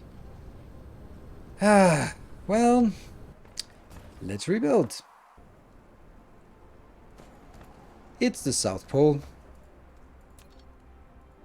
And Captain Industry, yes, Captain Industry. I really enjoy Captain Industry, and the biggest problem with Captain Industry is that no one else enjoys it as much as I do. I mean, then you can go like, but I do. Yes, 1, 2, 3, 1, 2, 3. But I mean, from an audience perspective, it doesn't get the views that Factorio, Dyson Sphere, or Satisfactory does. Either here on Twitch or on YouTube, and it's such a shame because it deserves all of it. But we talked about it, and it is, I think essentially it's because of the complexity of it and the, let's put it more broadly, the difficulty in getting into. It's really difficult to get into, both as a viewer and as a player, and that means that it is pushing people away instead of bringing them in. It's quite a learning curve. Yeah, but it also just doesn't look that appealing. Like, if someone sees Satisfactory, it's a game you really want to play because you see the awesome factories that people are building, and it's just amazing. But if you see a really cool factory built in Captain Industry, you're like, that's nice, or whatever. Oops, that is really not. And that is exactly the kind of the reaction you get. It's like, oh, I don't know. I suppose that's a good thing, or what? What are we judging this by? I don't know. This is amazing. Look at the way that the steel is going in here, and how we're taking out all the slag and just recycling it. Like, I don't get it. Because you have to understand it. Even and Factorio has the same problem, but Factorio is Factorio, so that has a unique standing.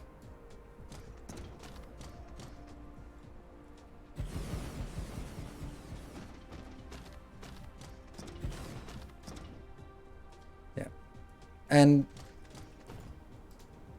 the problem I have with it is that if you look at Captain Industry, some of the things that make it play really well is also the stuff that makes it less appealing. Like this, I really just, I can get stuck in just in a coal mine. I can get stuck in a coal mine with just like making nice barriers, and I think just carefully make ramps down and then excavating out and just like making nice squares and just like like several layers down. And I can just spend hours on doing that, and that's super enjoyable for me, but it's not great gameplay, and it's not super enjoyable, and it doesn't even look good. It's like you've just been looking at the same sand pile for hours. It's not sand, it's coal. Yeah, but you've been looking at it for hours. Yeah, but look how it's not just sliding down, but it's whatever. It's difficult to that joy of that is really difficult to convey to viewers who are not already playing it and understand the coolness of that.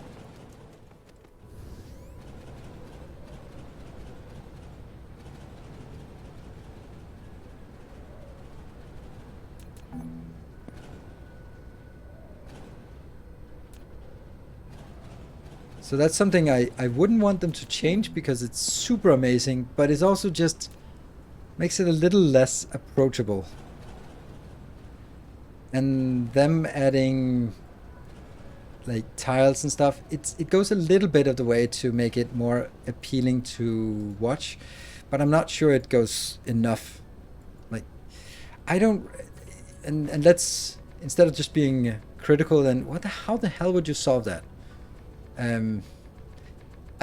I don't think necessarily you can solve it now, but I think that some of the base reason for this issue in Captain of Industry is the setting.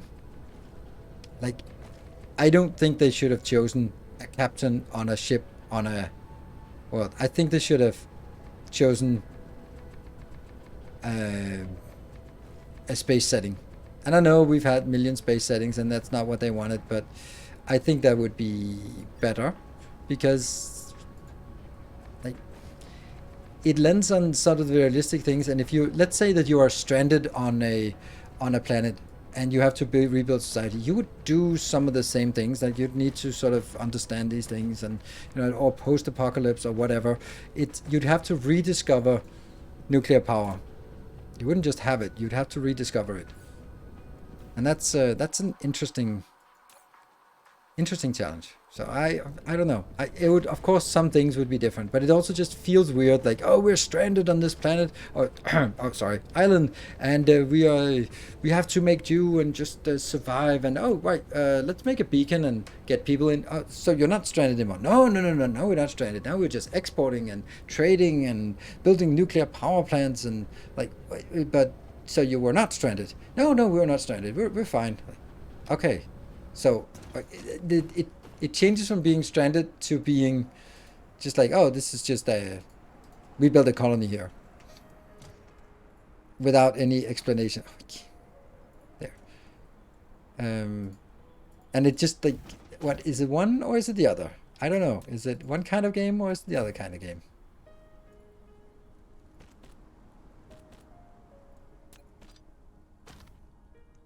It's a small, maybe it's a small nitpicky thing, but yeah. Played Ritberger similar to Factorio? It is absolutely not similar to Factorio. There is nothing about it like similar to Factorio, except their marketing that says it's similar to Factorio. There is nothing about Riftbreaker that has anything to do with Factorio. How can you say that? It's more akin to Diablo than it is to Factorio. And I know that their marketing goes like, it's Factorio meets Diablo, blah, blah. Like, no, it doesn't. It's more of a shooter than a factory builder, and the factory building is just stamped down production items. There's no transport, there's no transport belts, there's no robots, there's no nothing. Things just magically go into storage. It's a fun game for a bit, but it is a tower defense game at its core. It is basically Bloons. So, and Bloons is a fun game, I'm sure, but it's nothing to do with Factorio just because you can build production buildings. Oh, it actually built. Oh, and wow.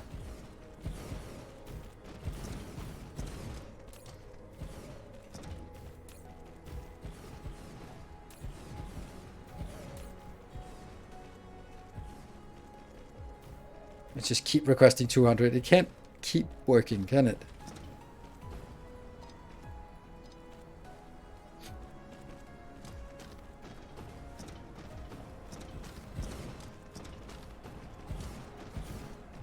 We played Helldivers 2, it's like Factorio.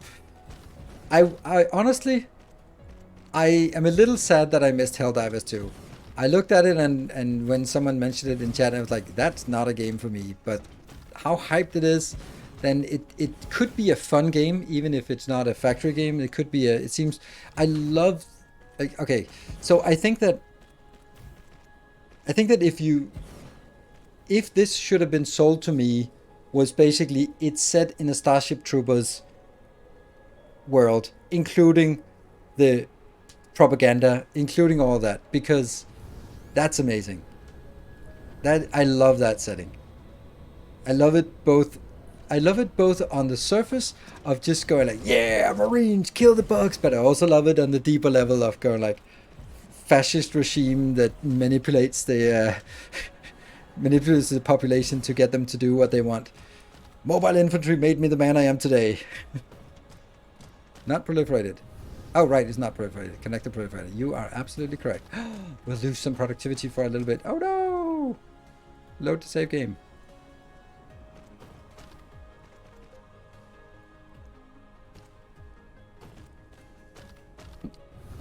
Oh, another multiplayer shooter. How exciting. That's exactly what I thought. Like, why would you think that's interesting? But I think the managed democracy is something that is appealing, and maybe it's just another shooter. It probably is. But if the setting was strong enough, like, for example, I played Doom Eternal, and I didn't suck at it. I did suck at it, but not like a lot. Not as much as you thought I would suck at it.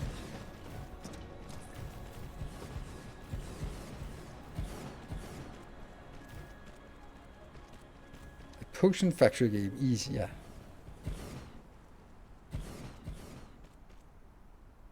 You didn't miss out, the game's still rolling. Yeah, but from a content creator perspective, you gotta hit it early. Otherwise, it kind of is a little bit irrelevant. But I don't think that it's right now. We have games coming in, so that's the live service aspect makes it cool, where they update based on player engagement. Yeah, exactly. I think it's also a bit unique. I don't know like anyone who's done that, but which is absolutely brilliant if you think about it, because it means that this community comes together because it's a PvE game, and then you come together to liberate a planet, and it's just a lot of people doing something, but you rally the community together, and I think that's a really cool idea, that you build this community aspect. And I see sometimes like posts about like, oh, this planet has been liberated, or a new mission to something, and then there are subtle differences, and it's also a great way for them to push updates with new tech, new units, new weapons, because they can sort of be incorporated into the next planet. And I think that the whole thing there is really appealing to me. The game probably isn't appealing to me, but the way that the game is structured and organized, that's really appealing. It's pretty nice, not like any other shooter. I believe the difference is really the setting and the live service. Yes, which can do a lot, because at the core you run around shooting things, right? So a pure PvE game is really cool to me. Yes, and that's that's why I was also mentioning Doom Eternal, because that's also a PvE game, PvE shooter. All right, another one, another planet liberated. I don't know, this is not exactly managed democracy we have here, it's just a lot of stuff. Wow, we're kind of not keeping up. That's not so good. But I can't expect it to keep up when I'm only setting it to half of this. That's a lot. All right, we're getting closer. We can see there's a little bit more here on the production side. And if we go into this view, we can see that now it's recovering pretty well. It's awesome with friends, but on your own, I find it repetitive and boring. Yeah, I can definitely imagine that. I'm also thinking the Valheim, for example. I might be inviting other people into the world this time. It worked really well with Icarus, so maybe we'll do it for Valheim as well. And then sort of only have it active when I'm streaming, and then could have a few people join, maybe some moderators, maybe some new moderators, because I think I need to add a few more moderators to the team. So yeah, and some high-level patrons, that kind of thing. That would be fun when Valheim Ashlands comes out. But then we would sort of do it in a way that you can have your character, and then it's only going to be online when I'm online, and that means we either go out together or not, or I go out, but it shouldn't be like I'm sitting there building something and then someone has completed the mission and oops. So it needs a little bit of management.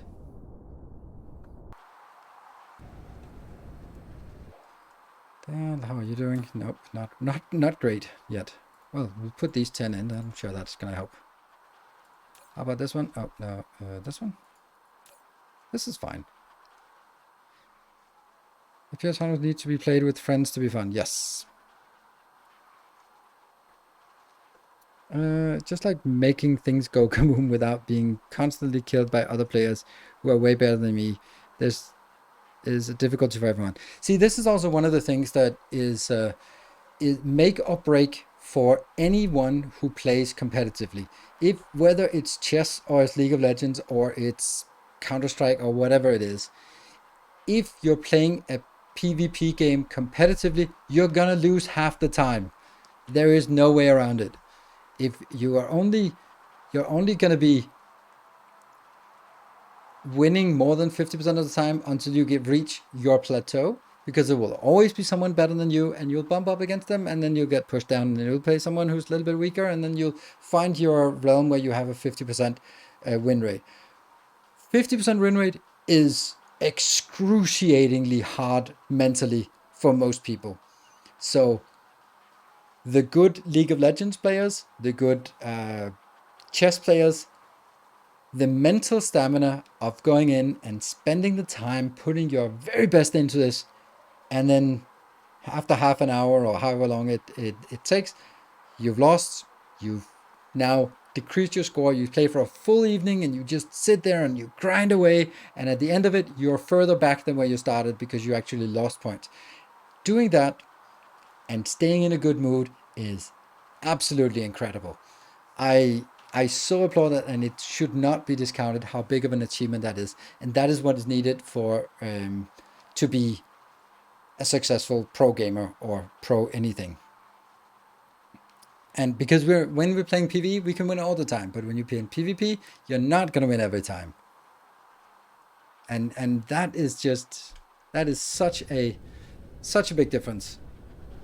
And when you have games that somehow make it feel good to lose, or make you have a just as enjoyable time even if you're losing. Let's say what I can only come up with here is, like, for example, League of Legends is not fun when you're losing. I don't play League of Legends, but I can see it. It's miserable.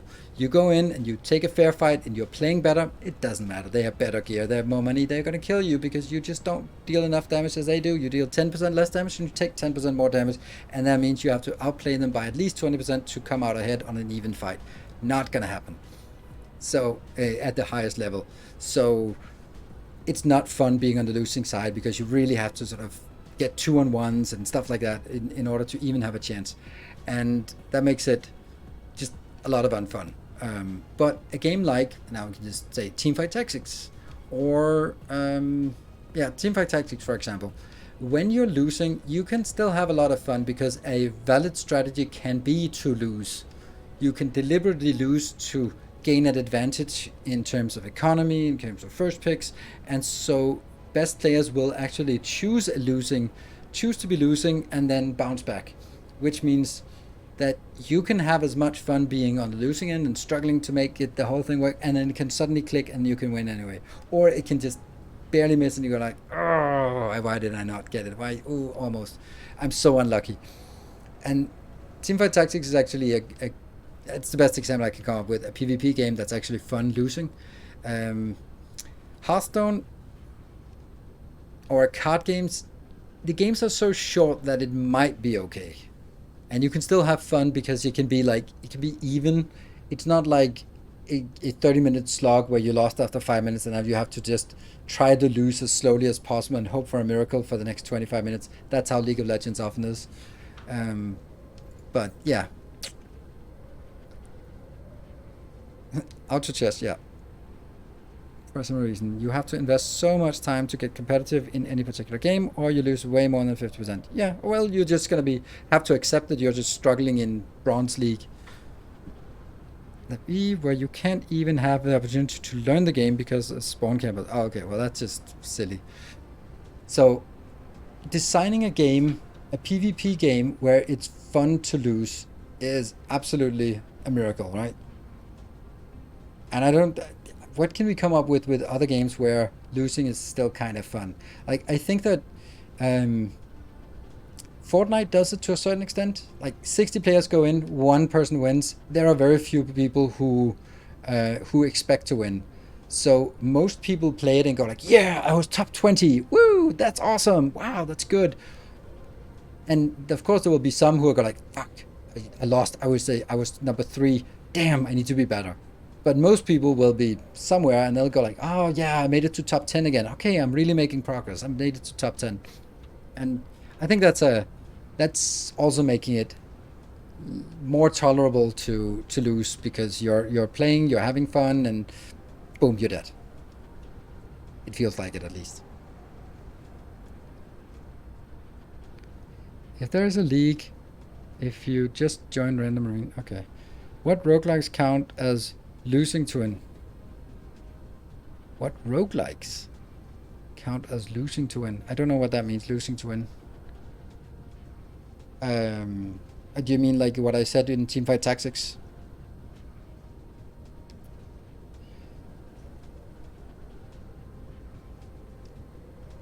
There can be, like, okay, so a roguelike that does this is Darkest Dungeon 1. You play it on the darkness mode, and monsters are harder, everything is more difficult, but you get better loot and you get more chance to critical strike. So if you play those odds, you might actually turn it into an advantage, even though it's objectively harder. But you will get some benefits from doing that. Or Slay the Spire, or Void Trains, or Monster Train, or whatever they call Void something. There's also one called Void. Anyway, those card games where you can get a deficit to make more money along the way, and that will make you stronger, but you have to play it on a harder mode. That's kind of the same way of losing to win. So you are voluntarily making it harder for yourself because you want to earn more points, money, meta progression.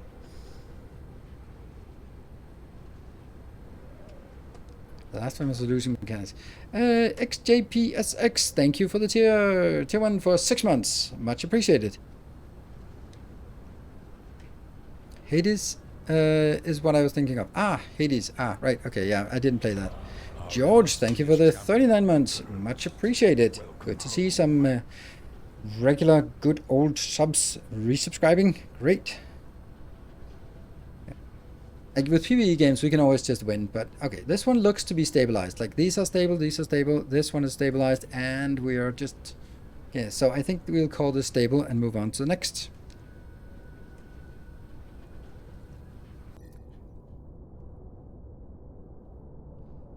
Factorio isn't your favorite factory game, says who? Who says that it isn't my favorite factory game? That's an interesting statement, or an interesting way to pose a question, to pose the age-old question that we've heard you answer. Random German name. Hello, random German name for the 9 months. It's much easier to pronounce random German name than an actual random German name. That's the wrong one. We got to go here.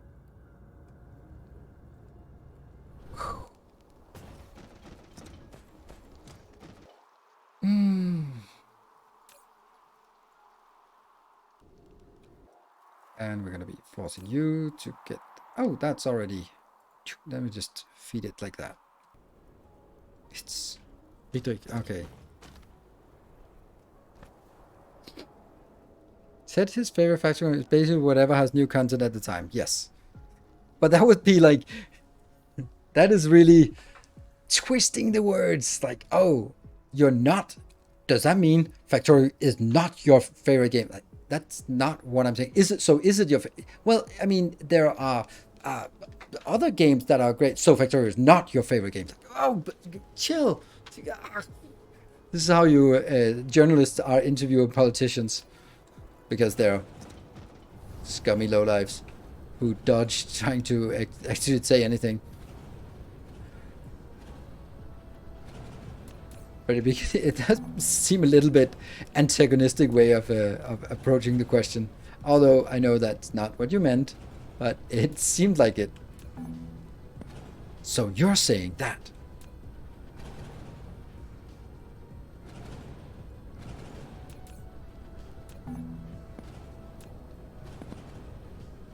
Oh, no. My precious random crap. I like dogs. So you hate cats? Why do you hate cats? What have cats ever done to you? It's the age-old as in 5 years old. Black Lives Matter. Oh, so you don't like white people? Like, oh my God. Really? Is that the only logical conclusion? But if you're... No, just... Strawman arguments. So you are saying... No, I'm not saying that.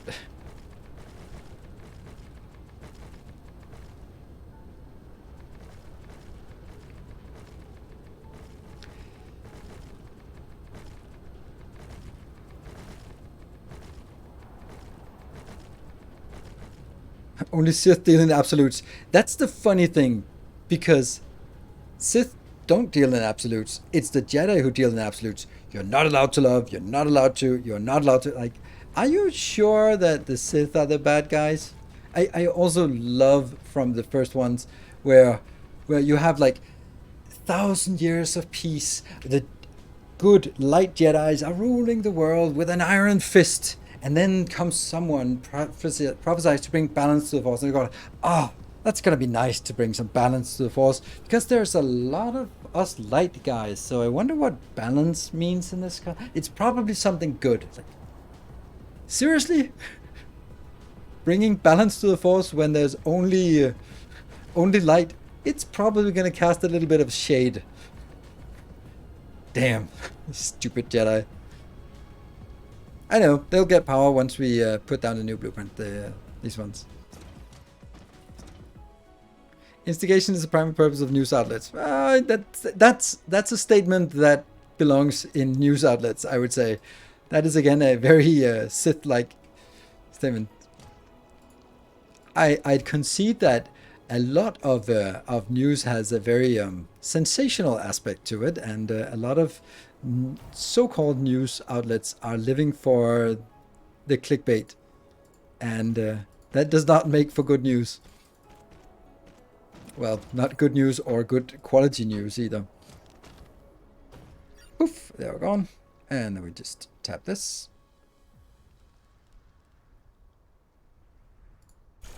Damn, this is nice, just stamping it down and just seeing happiness.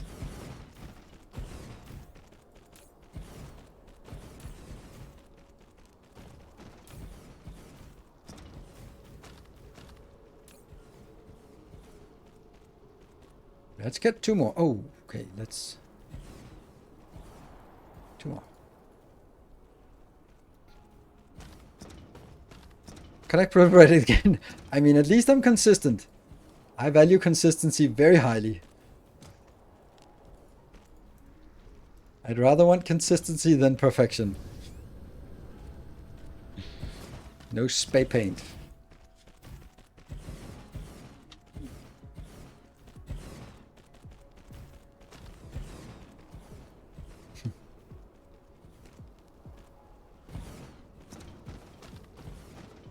Can I ask a factorial related question? You absolutely can.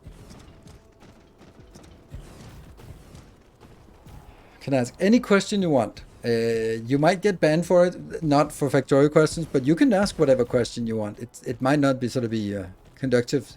It's the freedom of speech, which doesn't exist here, but freedom of speech does not mean freedom of consequences.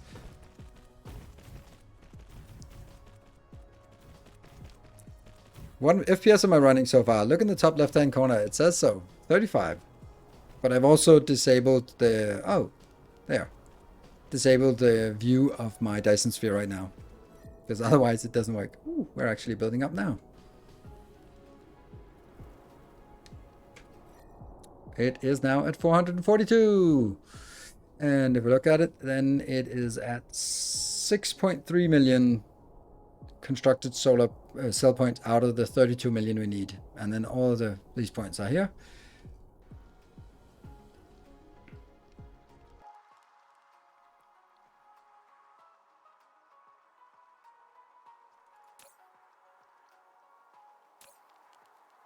Come on.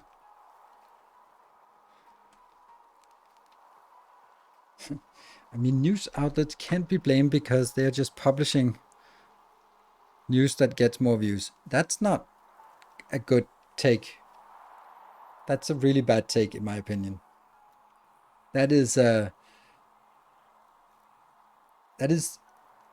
freeing news outlets from their responsibility and just turning it into entertainment. News is not supposed to be getting the most views. That is not the purpose of a news outlet. It's not. The news outlet is supposed to communicate the news. It's not supposed to be getting entertainment. That is not the objective of a news outlet. You can say that, and yeah. So no, I strongly disagree with the take that news outlets should strive for maximum views, or is excused because whatever gets the maximum views is better for them.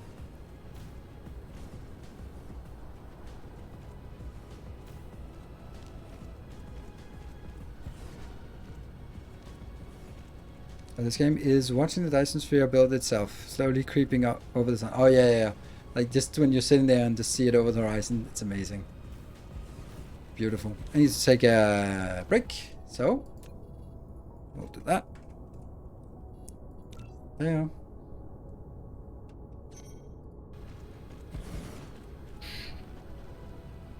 Let's give you a little bit of a view while I'm taking a break here.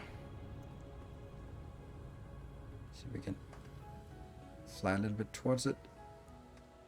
And we're going to enable it and kill our frames and then do it like that. That's what it looks like now. All right, I'll be back in 2 minutes. See you in a bit.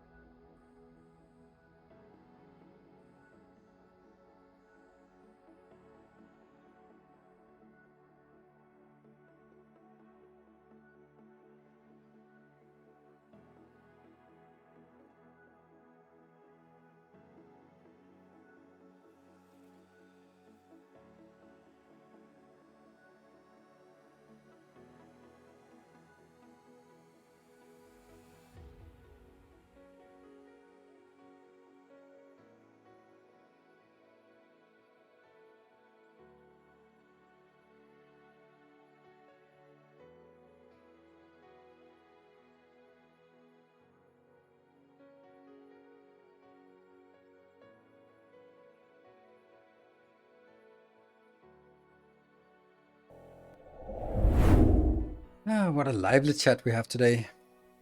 Thank you for that. So that even with a good PC, FPS in super late games suffers without optimization mods. Well, Dark Soul, let's be honest. It doesn't matter where the limit is. I would be bumping up against it anyway. That's the thing, right? It's same with Factorio. It's at some point we'll play until it cannot play anymore. If there was optimization, more optimization, I would just build bigger, and then we'd have the same problem, just shifted a little bit into the future. That's just how it is. So doing stuff like optimization is completely useless in the grand scheme of things, because to beyond a certain point, because there will be some who will always hit the maximum, or always build until the PC catches fire, and that's me. And so you can also go like, okay, do we want to optimize the game for the 1% or for the 99%? Well, for the 99%, it's adding more features and make it more stable, getting more convenience. And for the 1%, it's stuff like better optimization, because I would say that Dyson Sphere is incredibly optimized. I would even go so far as to say it's probably the same level as Factorio, because of the number of entities that are floating around here is just as ridiculous as Factorio. So yeah, so we'll come back to that Factorio questions a little bit. Thank you for asking it. I'll get into it. Should be back to Walter Cronkite. He didn't sugarcoat anything, didn't pick a side. We just described the purpose of news outlets in an ideal mode, but there's a practical side to it where the news outlet has to continue to function, which it can't without money. See, you're doing a strawman argument. Now, you're arguing that I would go like, you must do anything but not make money. No, but there is a point where you can have a business that is not generating X amount of growth every year, but just being like, this is my niche, this is what we do, and we have a following and we have something, but you don't have to deliver growth. That's a product of being on the stock market, that you must deliver X amount of growth every year. And the analogous argument is, for me as a streamer, as a news outlet, I should only be doing the most popular thing because that's the stuff that makes me the most money, and I do this too as a job, so I should only be focusing on that. No, I don't, because I also like what I do. I want to have a certain niche, and I want to be able to play games that I want to do. And that's the same as a news outlet that says we want to report the news, and it's not going to be for everyone, and you want to be a nuanced view, and it'll piss some people off. And yes, we will not be the most popular news because we're not going to be force feeding that Florida man just did something something, get some clicks, or you won't believe what this celebrity just did over the weekend. That'll give you the hits, but it's not part of our regime as a proper news outlet. So you do have an editorial choice, and that editorial choice means that you will leave money on the table that you could be picking up, but you know, the New York Times probably shouldn't report on the latest outings of the Kardashians or something, because that's an editorial choice, even though it might get them clicks and views. So yeah, so it's the same as like, how much clickbait do I want to put on my YouTube videos? Not a lot, but I do need to do some, and that's the, you have to find your own balance, and whether you are The Sun or as a newspaper, or you're some niche technical newspaper for or it's focused on something local news or something, then that's a different thing. So no, I don't think. And yes, maybe newspaper business is just a dying business, and it's going to be niche because that's the way of the world. That might be the case, and so be it.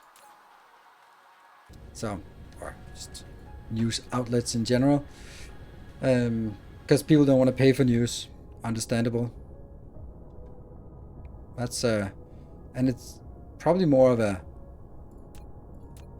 US thing than it is a European thing, because at least in UK there's BBC, and in Denmark we have DR, which is the same as BBC, which have an obligation to deliver news and get taxpayer money for it. And I think that's the same in with BBC. They also get taxpayer money, and I'm pretty sure that a lot of other European states also have public radio or public TV that has a obligation to deliver news without it being click-based. But that's practically communism to have that. Morality versus greed. Yeah, it does. Somehow. And you have to find your own balance on that scale from morals to greed. Ooh, I don't want to take that one out. Okay, that's going to be a little bit awkward. Oh, we have another one there. Anyway, so Yoniha 09, the Factorio question. If it makes sense, I'm new to Victoria and I'm wondering, do you charge the transport belt to the maximum transport speed at the beginning so you can smelt the most ore possible? I don't know what you mean by charge. If you mean fill them up, then yes.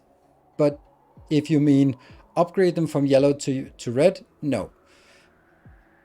The yellow belt can transport 15. So then it would make sense to fill it up with 15. And if you're talking early game, then that is 30 miners into one yellow belt. And it is 48 furnaces can smelt iron or copper from one yellow belt. And so when I'm starting the early game, I'm looking at a starting iron patch and just seeing, oh, there's about 35 miners there. Then I know that can only ever saturate one smelting column or one belt. So you put it all in the one belt, lead the belt over to your smelting, and then smelt the whole thing, because that means you don't need more belts. You have less. Or if you can sort of say, okay, this is like 50 something miners, okay, well then those 50 something miners will probably be led into two belts and then being smelted. So yes, fill up the belts when as much as possible is the short answer to that.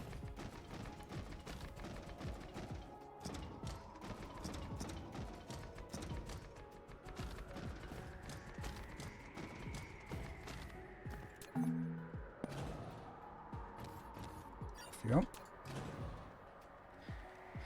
I stopped watching all those news outlets because of the focus on views. Maybe they should get customers like me back to where they're more idealized. Exactly, and that's the thing. Like you find the problem is then you find the news that you like, and that might not be that's not good generally because you find the news that already agree with you on some things, most things, and that's not necessarily the best news outlet to look for, because you might want to get a little bit. Oh, okay, I'm gonna just accept that we lost that. We have literally infinite amounts of fire ice. And by literally, I actually mean literally. Surprisingly.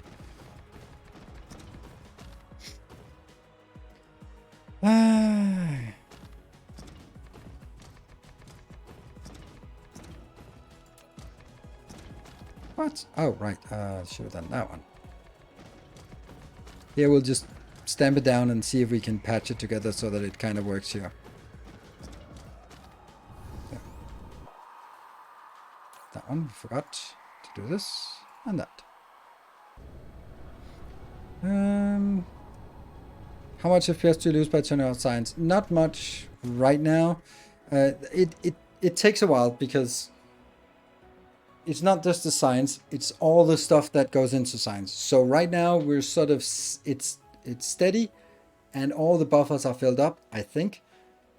And so if I start the science, it'll just start the science. It won't impact much. But as we start increasing as the science keeps running, then it starts drawing in from all the science production. All the science production kicks back into gear. All the intermediate products, all the smelting kicks into gear. So I think if I start science and let it run for a while, then the whole thing starts up again. Then it'll be, I don't know, maybe 3 FPS, 3 to 5 FPS or something. But then when I turn it off, it'll also take 2-3 hours before it settles down and I get my FPS back. And that's why I don't sort of activate it right now. I know this is not powered. It'll be powered in a while.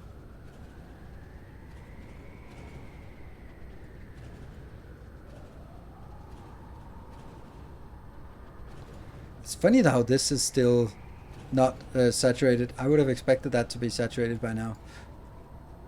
What planet is that on? Oops, now all of this is not working. Oops. Well, that's just gonna have to be that way for a bit. How's the crump? It never did. It goes in and only when you sort of go halfway across, poof, it goes out on the other side. It's always been like that.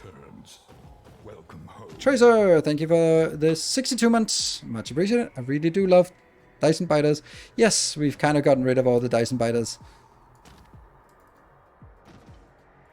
But they are nice. Okay, now I'm gonna actually remember it this time.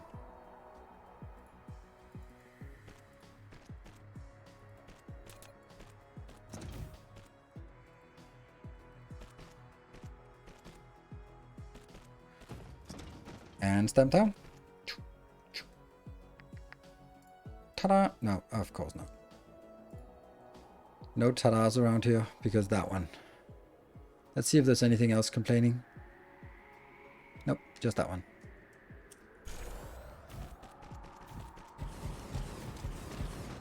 And we should now see that we want to get this one built. Okay, now, okay, so things are connected now again between the planet here.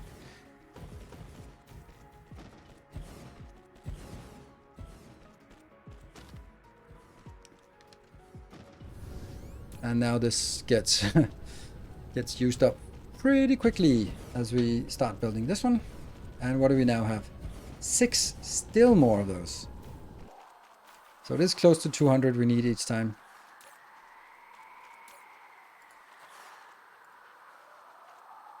Another 200 requested. We've been requesting 200 for each at each location. Actually, let's see. I need 180. That's why we need 200. Just passively siphoning the gigawatt of energy when you don't destroy them. Yep, I think it's a little bit too little energy they consume. Even like fully fledged bases are only taking like 5%, and you really I would like a fully fledged base to take 5% each, so that if you have 3 bases, they take 15%, and then it becomes something where you're like, that's actually a lot. That's starting to be annoying. You might actually need to do that because they're taking the energy you need. But right now it's probably like 2% each, so ultimately like whatever, 6%. This doesn't feel like something I need to worry about.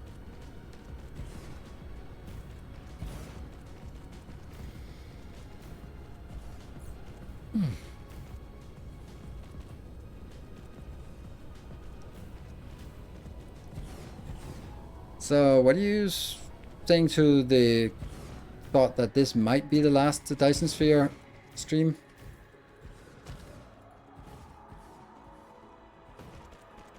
I haven't decided. It depends, but it might be. The reason is that right now we're scaling up this Dyson Sphere, and after that, what is there to do? Of course, we can let it run until it gets completed, and that'll be like 3 streams more if I don't let it run off camera. But I'd kind of want to leave it off camera. Since there's no point in clearing out a system as they just come back. Oh, well, there is the point that you clear them out and then you have a reprieve for many hours, and when they come back very weak, and then it'll take many more hours before they even grow strong again. So I think when you kill it, you can basically say that for the next 20 hours you don't really have to worry about biters in that sector or that system. So I think that's definitely worth it.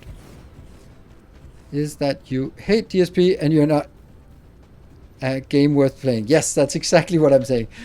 Thank you for making it clear when I was being so obfuscated in my my opinions. Yes, it's exactly what I'm saying. I fucking hate this game and I'm never gonna play it again.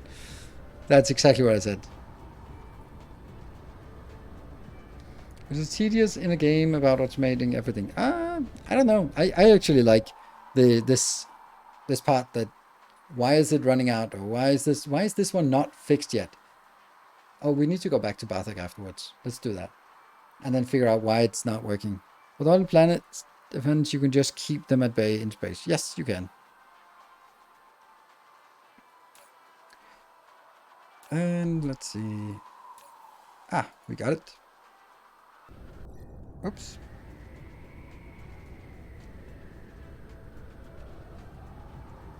Over here.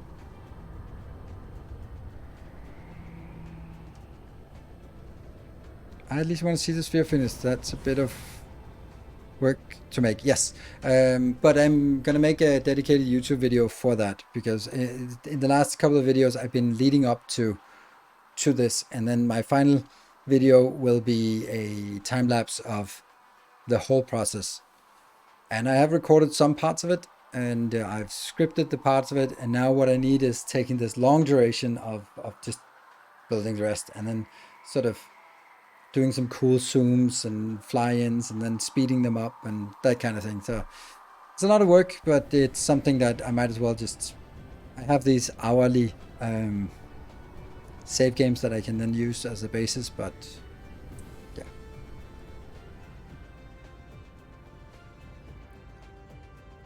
Cool to see that YouTube series complete. Exactly, that's the intention, is that it'll be a good way to say goodbye to that series, of just going like, this is the product we've been leading up to, visualized in a single sphere.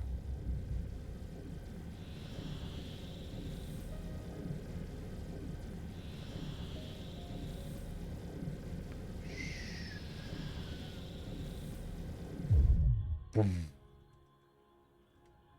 So, why are they not working? Deuterium? That's my guess.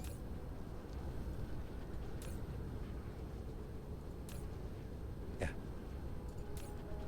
We're gonna have some of that.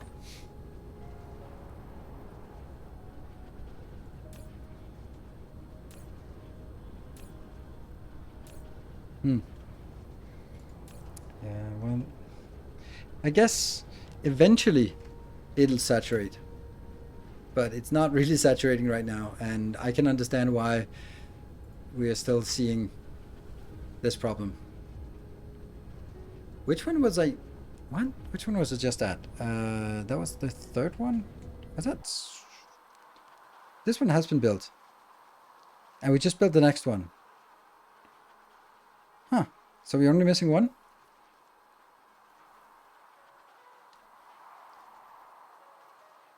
This is the game that got me to play early access. Uh-huh. It's a pretty good early access game. I mean, this doesn't feel like some of the half-assed stuff we see in early access. Like, I think it's such a mistake to go too early to that. Cold vein exhausted? No! Is it a term? Well, let's figure out where... Let's actually look at that. I think it's deuterium. That's the problem. But hey. That's back on Tekevaro. We are only we're not making enough. We're only making enough for 6 of these, and I have 9 of them.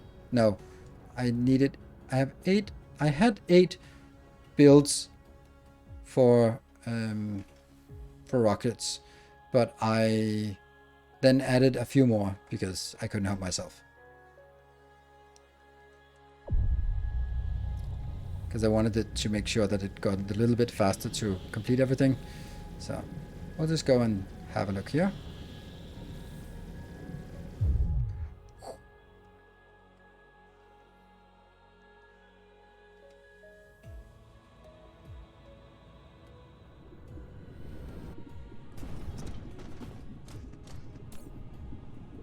Yeah.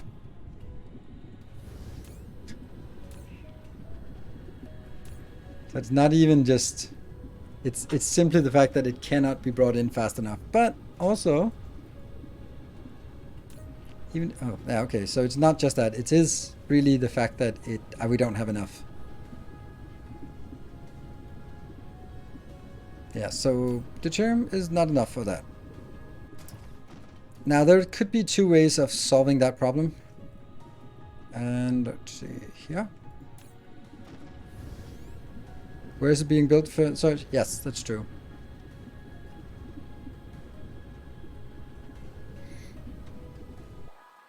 Okay. That is a lot. That's 102,000 entities being pathed up here. I love it, but it might be a little bit of a excessive choice to choose to do it that way. Like, think about it. Like, if we didn't have this now, then you could have a swarm, and that swarm would just be thin, medium, thick, and then it would be like stuff, and then you could click on it and you could see how many were in it, but it wouldn't be accurately represented. That would be fine. And then when you sort of migrate them from the swarm to the sphere, then they just get deleted or reduced and then added, and it would be fine. But no. Let's model 102,000 objects and do the little pathing from where they are right now into where they want to be. Let's do that.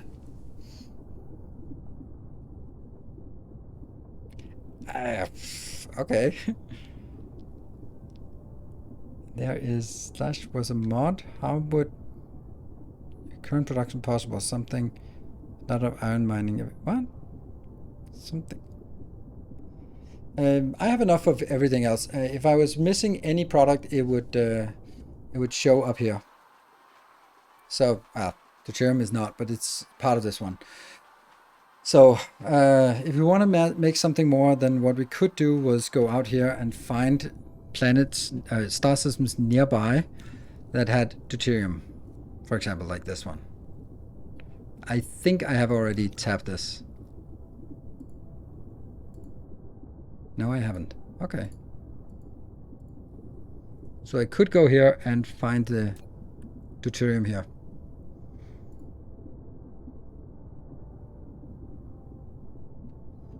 How far is that? That's pretty close. What about you? That also has deuterium. asshat system. That's how the Thorn Fist is already tapped. That one has fire, so it's useless. But we have 2 locations.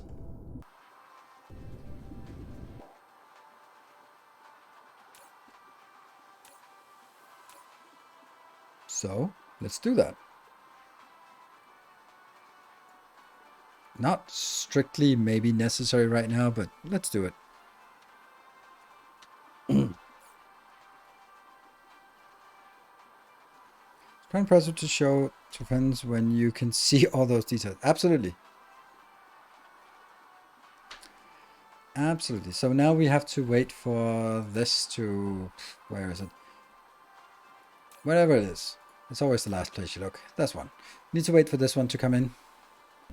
How's that one coming along? Okay, we are getting the trump and then it's stabilizing. And we now still only 456. But now the swarm is increasing in power. And if you look at here, oh wow, solar sails have clearly outpaced our consumption rate. So it's actually not really necessary to build anymore.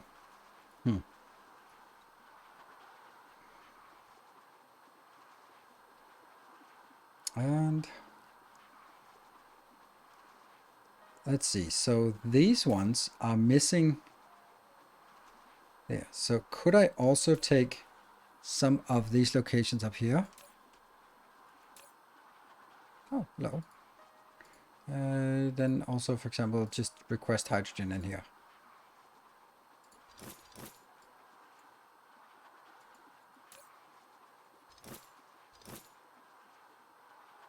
Deuterium, not hydrogen. That one. That would work. I mean, this now we see why it's not working, because we're not getting anything in. But if we did, then it would come more in here, and then it would be getting out for the other ones. There. Now wait for that one.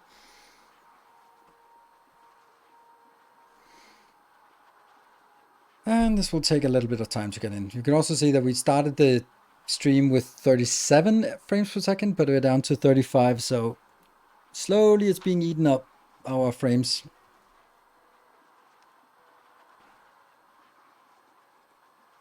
We see stuff coming inbound and outbound here.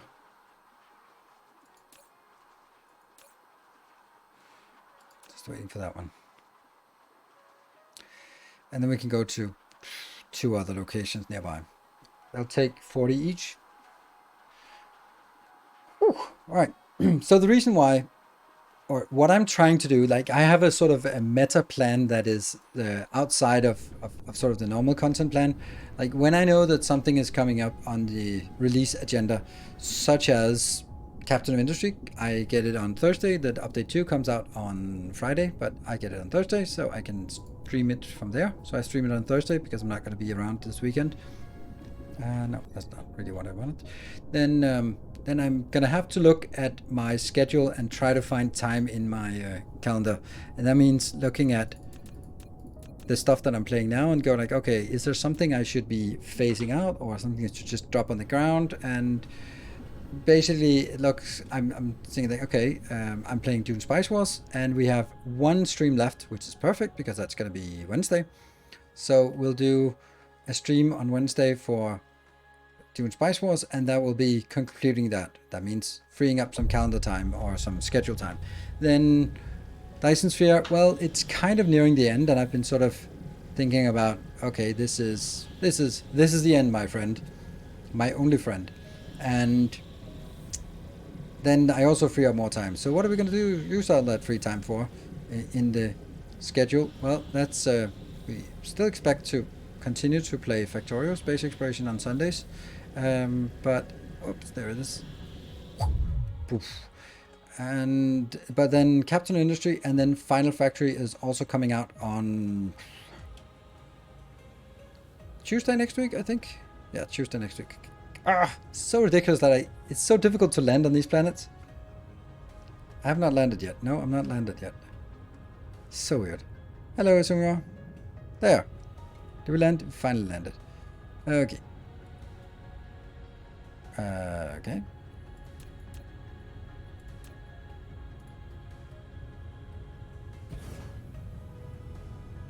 that's not it. It's this way.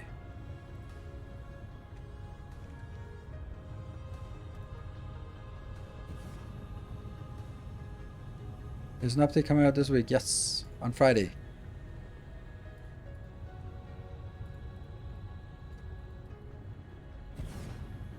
Just info. How many achieves have you done? Achieves. That's not a word. Some seem tough. I don't do achieves. But I'll give you the answer nonetheless. 93 out of 128. And there, I don't do achieves, and I certainly don't do them with that name.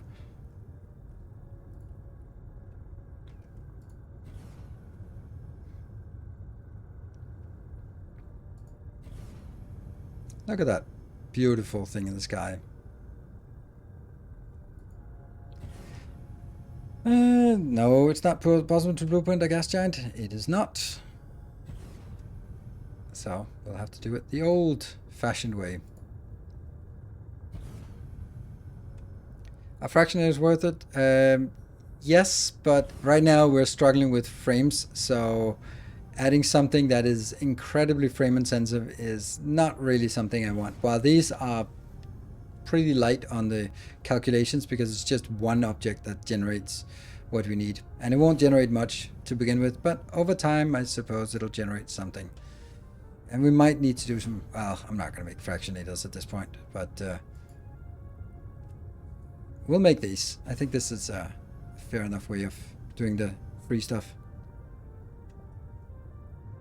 Yeah, so that's how I'm planning my my release schedule or my content schedule, and then of course I have like random things on the back burner that I will get back to when if there is a gap in content. Like finally replayed Sekiro, and I had an absolute blast with that. It obviously wasn't like the most popular streams, and again coming back to this whole news outlet thing, or the popularity versus the necessity. I enjoyed it very much, and it made me a happy camper, much more happy than I would be if I was playing Factorio Space Exploration every day, or God forbid, playing Factorio speedruns every day. So, yeah. And then what I also have on the to-do list is I would like to, before Elden Ring DLC comes out, I would like to do an Elden Ring run where I kill all the 165 bosses, but not really do much else. So basically just trying to sort of steamroll through it and focus on next boss, and not sort of, ooh, I wonder what's over here. I think that would be fun because it'll also be a challenge for me in terms of trying to not do everything, because that's kind of how I end up playing all the time. It's like, ooh, there's a shiny. I wonder what that is. Like, no, you don't need shinies. You got the weapons you need. You got everything you need. You don't need shinies. Because most shinies are not that interesting in Elden Ring. Like, ooh, a random dagger that no one will ever use. Ooh, a cloth gloves that no one will ever use. So I thought it would be fun, because then we could focus on the bosses and then get sort of the full content, but not the grind. But it'll still take a lot of streams to do that. So that's something I have on my to-do list, as I would like to, when, if possible, before the DLC comes out. So while we've been running around this planet, only 200 or 300 has accumulated. That's not much. It accumulates all of them. It's 105 per minute. 105 times 40 of those divided by 60. So it generates 70 per second. It's pretty good. 70 per second for a planet. Good. And then we take the other one. Wonder if we lost any. Nope, we got all of our friends back. Was it this one? Yes, asshat. There, that one.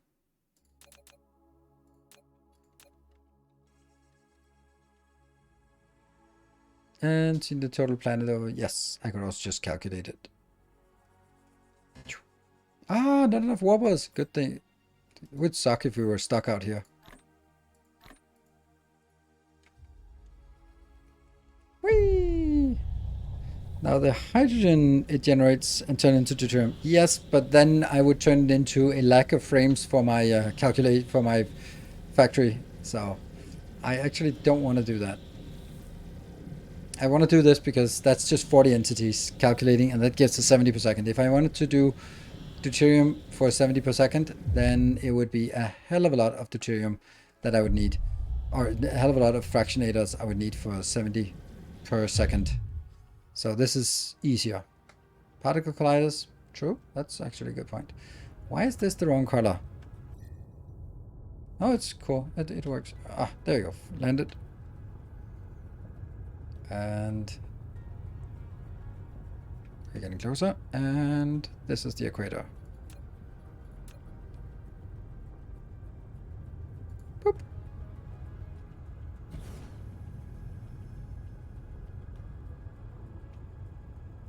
You're right about the particle colliders. I always forget that. The mini particle collider. I think it's the fact that they're called mini that makes me think that they're not really very good. It's like, oh, you have a gun? Only a minigun? Get a proper gun. Like, the name is kind of leading you astray to how awesome it is. It's only a minigun.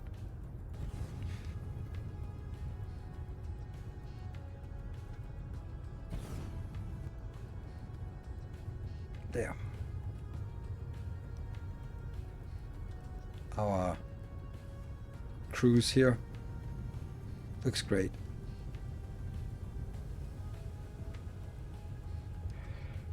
If we ever have a civilization like this, people would be complaining about these light trails would polluting the night sky. Like, it's called civilization. It's actually something I've noticed that from when I was younger and a child, and maybe even that, generally, windmills were something that was perceived as an intrusion to sort of the natural landscape in the country. And over the last, I don't know, 20 years, it has now become a symbol of nature. In at least sort of in the public awareness around my part of the world.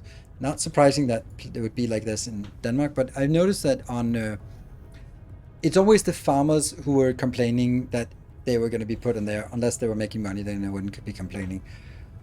But I think, oh, the people in the countryside, that it would be sort of an eyesore with those with big windmills there. But now the milk cartons, to show how idyllic it is, you have some cows on a green pasture and a windmill in the background. And it's not just because they couldn't take a picture without a windmill. It's very deliberate that that windmill is there because it signals nature. That's good branding by Vestas. It's also one of the biggest companies in Denmark, so yeah, you would expect they might have some pull. People are already complaining about the lights in the sky Starlink. Yeah, and I think that's a good reason. Because I think there's also a...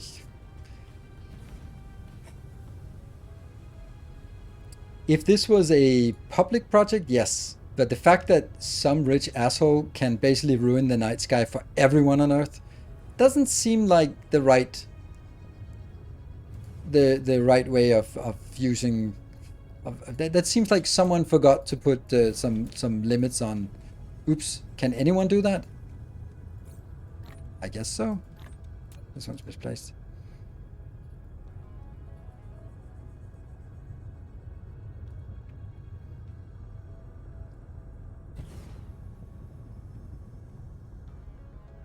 Didn't they used to have an actual windmill before? Might be conflating that with the American brand.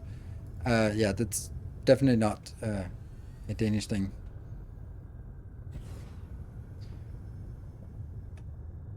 Unsurprisingly, windmills in the Netherlands are generally monuments. Oh wait, you mean modern windmills? Yes, modern windmills. And Denmark has the same thing with that. Like those, they're also sort of national monuments. The ones that are left, those old milling windmills.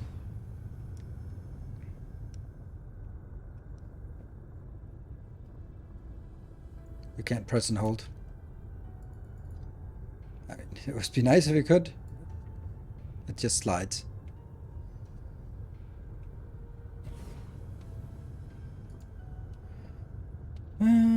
They might poison the sky, but they also need to eat food, so eventually it'll work out. What?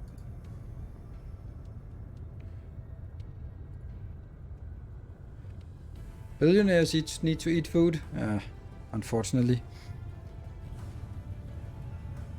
Why is there a full grid on the gas giant if we can only build on the equator? Because there's a full grid on a planet, and it's just convenient to have a full grid. It would be even weirder if there was no full grid. That means you land on a planet, then there would be like, where's the grid? Where's the grid? And that's be because you're head at a polar region. So it's better to have a grid, even though you can't interact with it. There, that's the one. Actually, not a lot of traffic. I mean, yes, a lot of traffic in, but it's not as much as you would expect considering how much this planet here or this is actually doing. Please have 20 left. Yes, 20. If I had 21 left, I was like, no!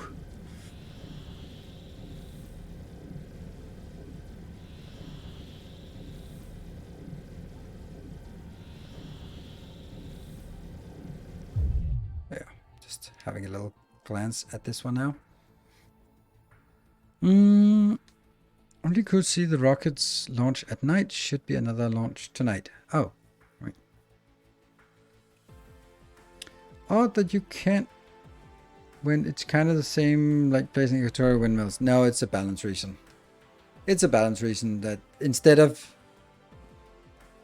you going to a planet, then you'd sort of place them all over the world, and they would kind of just be a little bit of a mess. So they're going like, okay, we make them a little more powerful, but then only 40, and then we can sort of, it's easier to tweak instead of us going to a planet and then we'd have to place down 120 because that would be the optimal number that you could place, because we would do that. So I like it this way, whether it's for balance reasons or for sanity reasons. Now this didn't really solve much in the short term because we haven't been able to pick up a single one of these new found ones yet.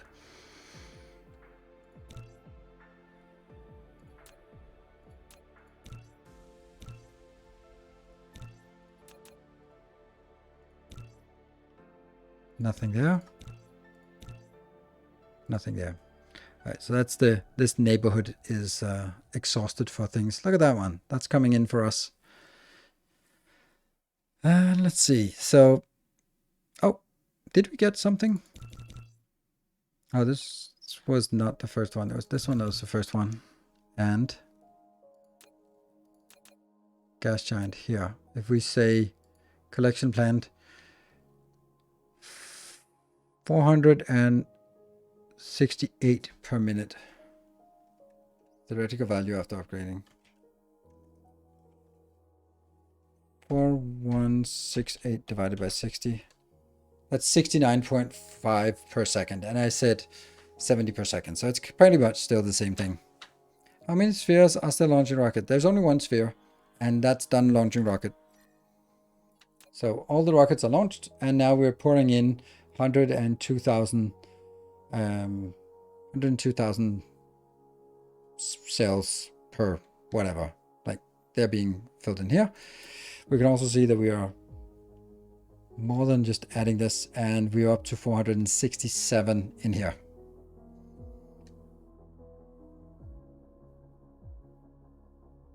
Alright, other systems, there are no other systems that need rockets because I got those done before, but this one is still attaching for a long time. It's funny, like, funny how it build this pattern first. Weird. But this is absorbing, but it can only absorb 1,000 or 10,000 because that's all I'm shooting. I could up the shooting here, but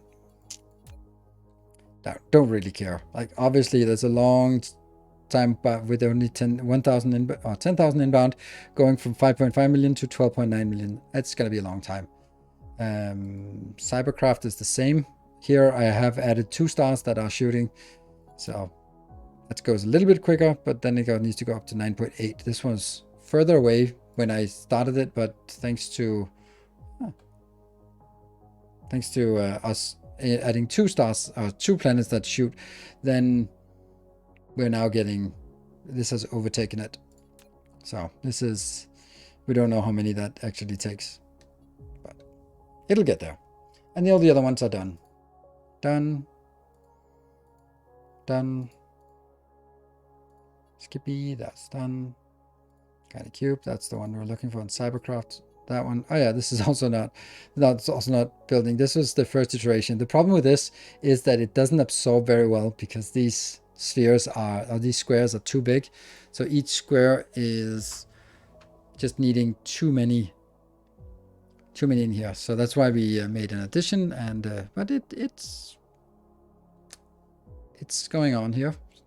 And correlated, that's the one we're working on now. One solid sphere that will just take a little bit more time to get. Have you proliferated sources? Of course I have. But it's okay to ask, just to make sure that we not forgetting anything. And then I've disabled it out here so we can actually have a non-zero amount of frames. But it still looks good this way. And if I try activating it in game, we go down to 22 frames per second. Something is happening for sure. And of course, I'm assuming that, no, it's all right. I mean, it would be silly if I'd forgotten something as trivial as that, and then you'd been an absolute star for reminding me of just how I could easily double the productivity of everything here. So I'm going to take a short break, then we come back. We can take a look at what we should do here as the next part on our little... Oh, that's skipping 1 hour ahead. Definitely not going to get that bonus hour today. So there we go. We can then slowly fly closer here. There. All right, I will be back in 2 minutes.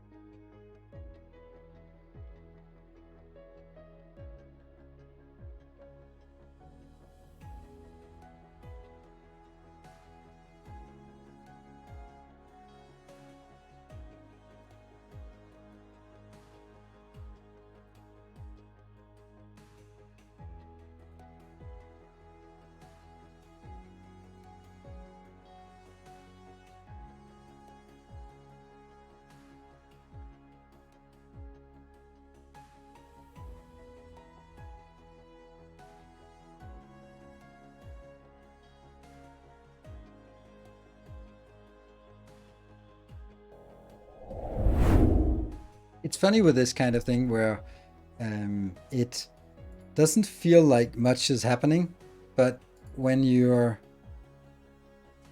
when you're just leaving it just for those 2 minutes, now suddenly it takes up all of the space, and we're now getting inside the actual Dyson sphere.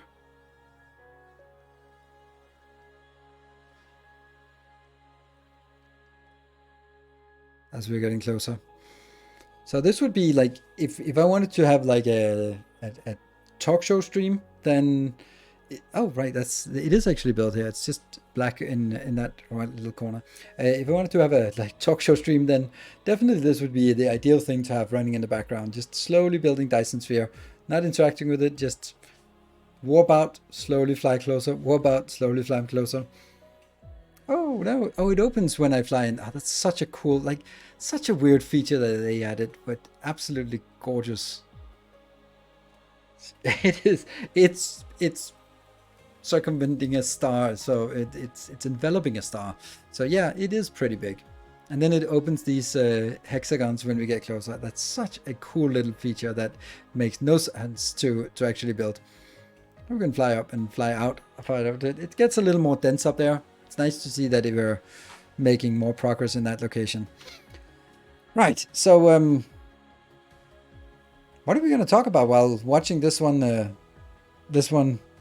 go? We have some things we can't talk about, but we can talk about other things. Like we're going to go back to fixing some stuff in a little while, but I thought it would be nice now that we're here just to marvel at this beauty, and then we can figure out what's going on. What's making the purple color in the star? You are around it. What's making the purple color is... What? Well, the last to fill in when I was making a huge sphere. Yeah, that's interesting. It's probably... I don't know. It's probably because the middle one is... One node can only absorb 120, but for that one, those 120 that absorbs has to go into many one around it, and therefore that's probably why it's the last one, because there are, I don't know, 8 or 12 or something around it, so they only get a little bit each. Is dark spectrum with blue? Yes. Solar sails. Yeah. I'm a little bit questioned about Owl's Geek in about the purple. Oh, the purple line. That's the Dyson Swarm. That's because I've just selected it to be that color.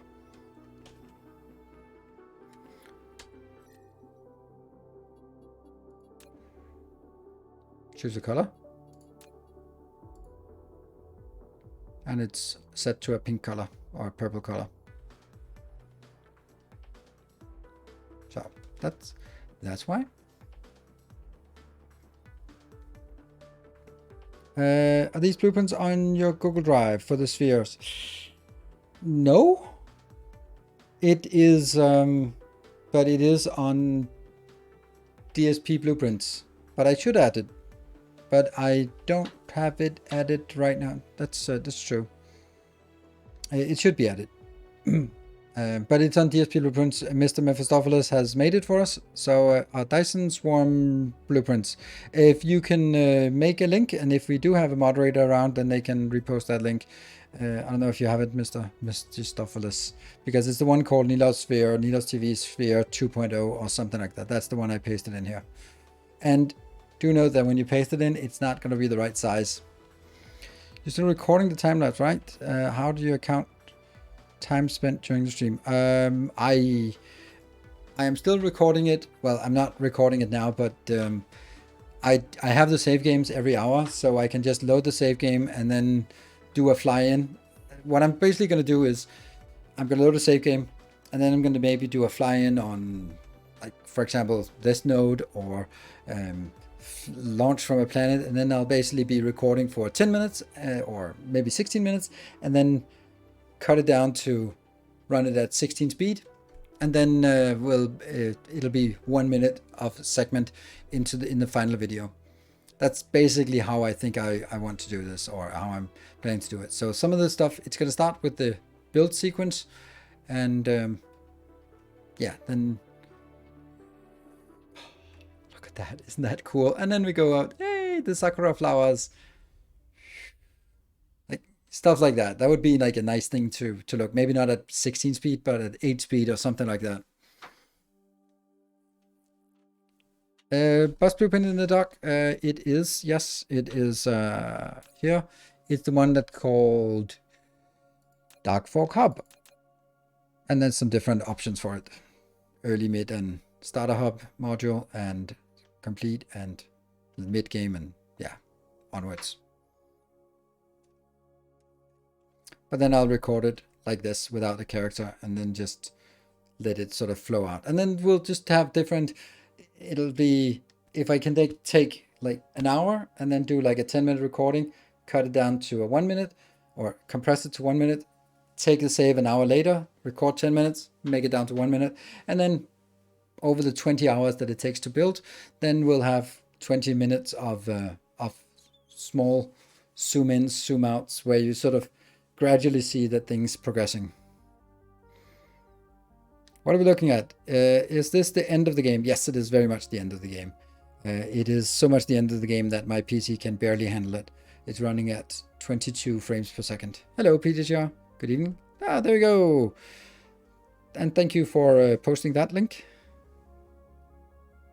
God, bots get mad at me. Yeah, but you could also get an allow command from a moderator. But you know, we need to wake them up. We're supposed to contribute something back to the person who has saved me so many hours with his awesome blueprints and hard work. Oh, thank you. Thank you. Yeah, so there isn't really a whole lot for us to... What? Epic? Did someone call for me? A bit late. I'm awake, but lurking a bit. That's fine. That's fine. At least you're not doing this from the car, I hope. So... yeah. So let's just round off some of the things that I want. Not today. Good, good, good. Well, it's a holiday, but then again, I guess your job doesn't necessarily account for holidays. Still need to work. Yeah. So Dyson Sphere. No, Dyson Sphere is phasing out. Dune Spice Wars is on Wednesday for the last time. Then Thursday we'll start Captain of Industry. My intention is that I want to play a series on Twitch that will combine with some Let's Play or guides on YouTube, just as we've done before, and hopefully it'll work out. Probably not, and then I'll probably stop it. So don't expect that it'll be all the way towards the end, because there might not be any interest for it. But we'll get started, and maybe we'll be so captivated by it. That's what happened last time, because we got really captivated by it, and it was super awesome and super fun. So that's that was really good. Then Final Factory is coming out on Tuesday next week. I'm also looking forward to that. I think it's an interesting take on a factory game, because it requires you to think in a different way from usual. Usually, like belts and power poles and assemblers and stuff like that. Here it's a little bit different, and that's an interesting change. So we'll see if we can make that work. Then, of course, we have Valheim Ashlands at some unknown time. Actually, they usually release a monthly update around the 20-something of the month, but did they not do that this time? 26th of March. Development block, decorative details. That's not a good sign.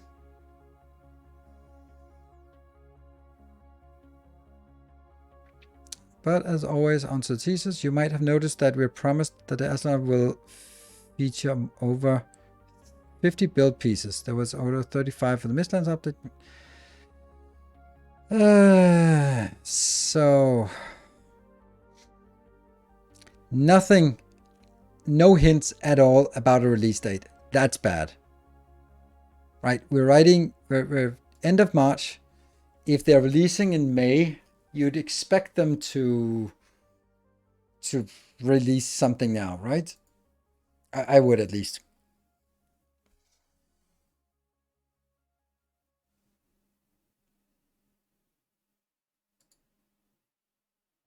So, and let's see, that's here.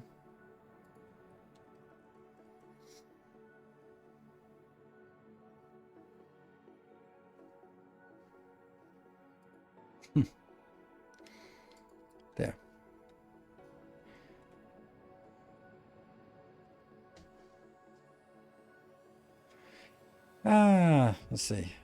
Yeah, so we are still available. And then we sort of moved all the way to the other side of this, and you can see the whole sphere. And then when you sort of loop an hour forward, then you start seeing other things, sort of emerging patterns. And we can now see that there are spheres, a yellow sphere and a purple sphere and a yellow circle and that stuff. It's nice.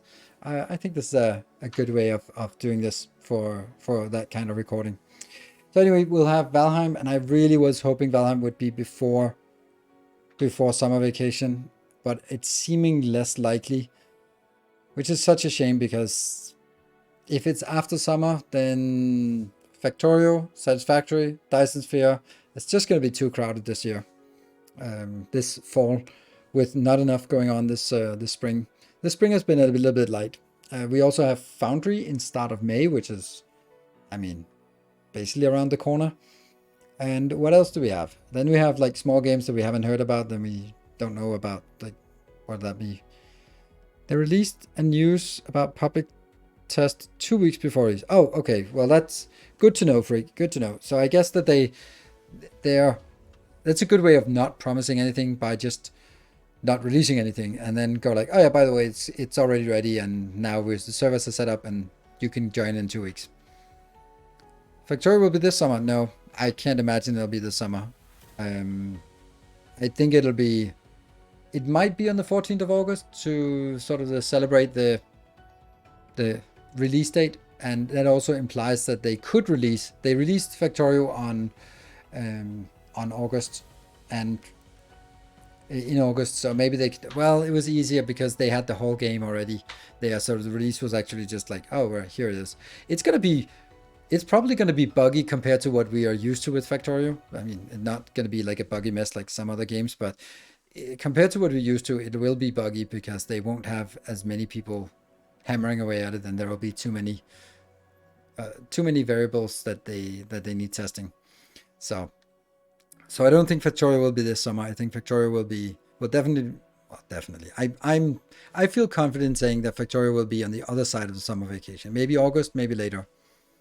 The game community, damned if you do, damned if you don't. Well, I honestly think that Satisfactory has done a really good job. Now, I don't like their personalities of the community managers, but they've done a really good job of managing expectations and creating a light-hearted and friendly atmosphere in the communication. Super impressive work. There's no discounting that. I don't like their particular style, but that's a personality thing. But I think it's a good way. I definitely prefer that to the Factorio way of just sort of... Factorio is one-way communication, where it's just whenever they feel like they'll push something out that it may be relevant, maybe irrelevant, but it's whatever they do. But Satisfactory, they go like, oh, we hear from the community that something, or now we want to address some of the concerns from the community, which is the best way of doing community management. And I think also they've managed to sort of hit the right vibe with the crowd, with the with the community to sort of get a good vibe going. Factorio is a different vibe, but it still works. So I don't know. I think it's also getting more common to communicate weekly, monthly at least, about updates. So I think it's mainly the AAA studios and I don't think it's because of bad intent. I think it's because they are simply not in control of it, and the release date is not coming from the product department, it's coming from the executive branch of the organization or for marketing, and go like, it must be out before Christmas, or it must be out before, and then you end up releasing a buggy mess, or it gets communicated out and then you don't take you don't outline the contingencies that could happen if something breaks in the last second. Like Satisfactory did that, and they've been really good at communicating along the way, so that when they said, I don't know what update it was that was delayed and not coming in at the time that was projected, then I think people were like, oh yeah, okay, well, that makes sense. It'll get there when it gets there. So, yeah, I think that's the right way to do it. I also feel really confident now in saying that we're not going to make another Dyson Sphere because honestly, I don't know what I would want to do at this point in the game. We can go chase some bottlenecks, but we've solved all the things. Like, this thing will saturate soon. We're way overscaling the solar panels. The cell points are just being added at the rate that we want. Our Dyson Sphere is chugging along. Now it's just a matter of just letting it flow, I guess. Right? Is there anything else that would make sense to do? We can activate science if we want. Oof, that was a lag spike just getting all of this rendered. Oh, not that one. There. Looks good. You can start seeing the outline of the text slowly.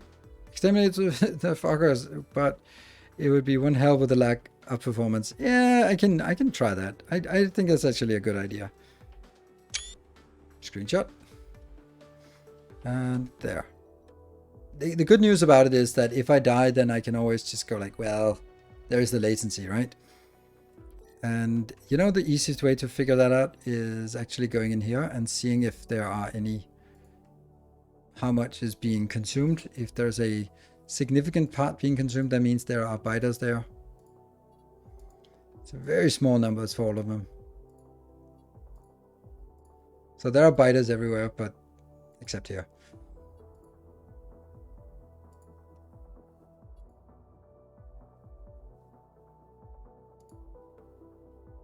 Let's go here. We have Summergod in the channel, so where are we? There. Whoop.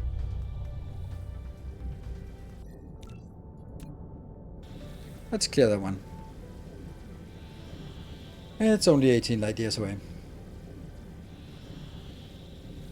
Let's make me bite of this. Yes.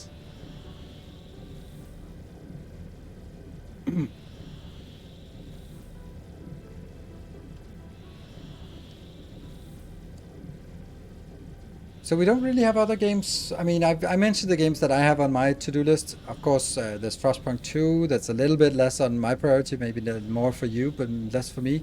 There's of course Elden Ring, which is super high for me, priority for me, but no, probably not for you. Unreal question, do you have any tips for someone visiting Denmark for the first time? It's such a weird question. It's a good question, but it like all sorts of things swell up. Like, what are the essential things? Like, depending on where you're coming from, it's cold in Denmark, so and yeah, tipping is not normal at restaurants. So again, I don't know where you're coming from, but you basically tip for extraordinary service, not for just getting shit served. What else is there? Like, are you coming on business or pleasure?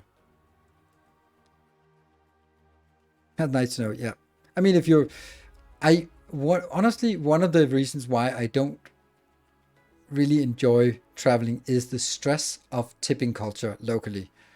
Like, oh, but this thing you tip, this thing you don't tip. But why? You tip at restaurants, but you don't tip at some restaurants like McDonald's or Wendy's or like this. Like, why are they working less hard? Because they're not bringing it to a table. That's not fucking 20% of the bill. And why does the waiter get paid more because the wine is more expensive? That makes no sense. None of this makes... I can't cope with it, and I don't like it. And because I don't like it, I feel really uncomfortable about it.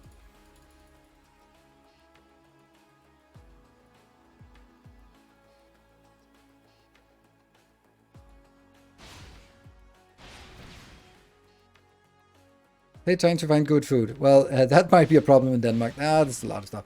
And everything is super expensive in Denmark. Well, that's...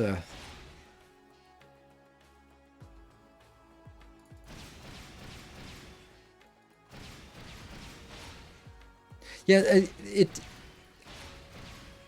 the problem is that like it's the waitress that's being taken hostage, in the sense that they don't get paid a proper working salary, so they are relying on tips, and then the pressure gets put from the management on the waitress towards the customer.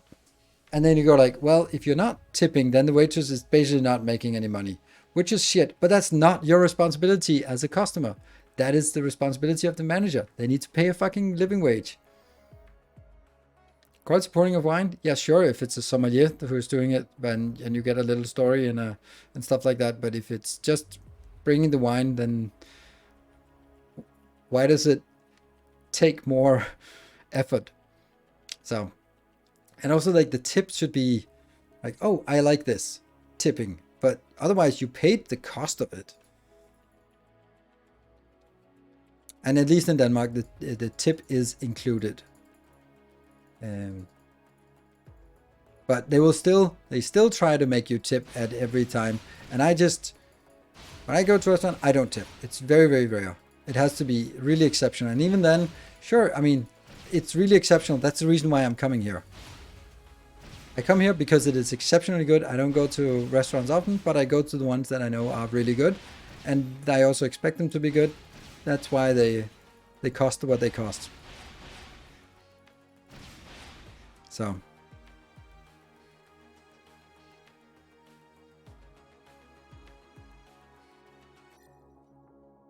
And the last one. No? Inside? Ah, there's one here. Hiding inside the swarm.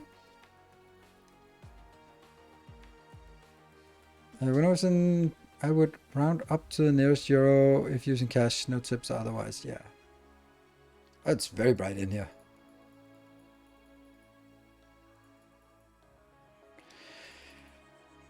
It's it's a weird thing, right? Where I live, they pay the servers proper pay, and we don't stress about tipping. Good. And that's the same in Denmark. Like, the thing is, like, the argument fails when a waitress at a cafe has to get tips to make a living, but the same waiter at McDonald's is not gonna do it. Is not gonna get the tip, and they still have the same shitty pay. So why? And then you can say, well, just because someone is being exploited doesn't mean that it's okay for everyone to be exploited. Nope, but it's yeah, it's a broken system.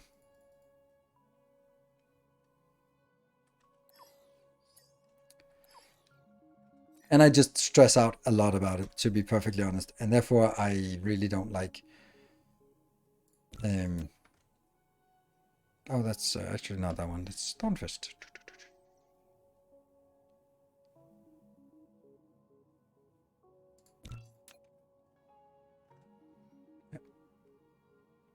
But I'm going on a cruise this summer. US didn't do tipping yet. And the nightmare stories about door dashers and stuff like that with the tipping, that seems really awful. But I guess, like, yeah.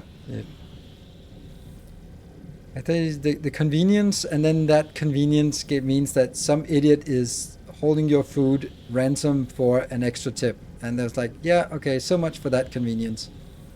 I don't get how, like, you would think that let's say DoorDash would want to have a good reputation in terms of their DoorDashers delivering the food, but there are so many nightmare stories, and there should be, yeah, you'd think that they would be rooting out those nightmarish people. But I guess it's hard to find people to do that kind of job, and therefore they don't really get the best. Ooh, little ball there.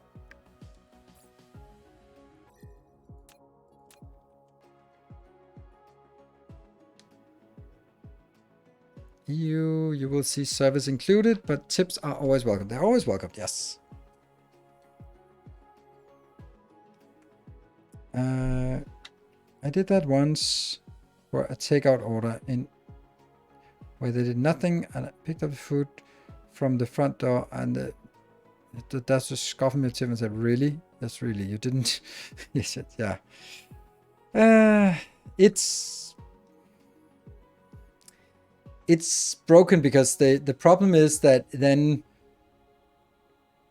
the two people who have a disagreement are actually on the same side. Ha! Sound like a communist in the good old class battle. This is the fucking corporate assholes that need to be held accountable, but they don't. They have removed themselves and just like, oh no, we're just facilitating a third-party marketplace. And what the hell is that? Okay, so I guess that was the way we should have gone instead.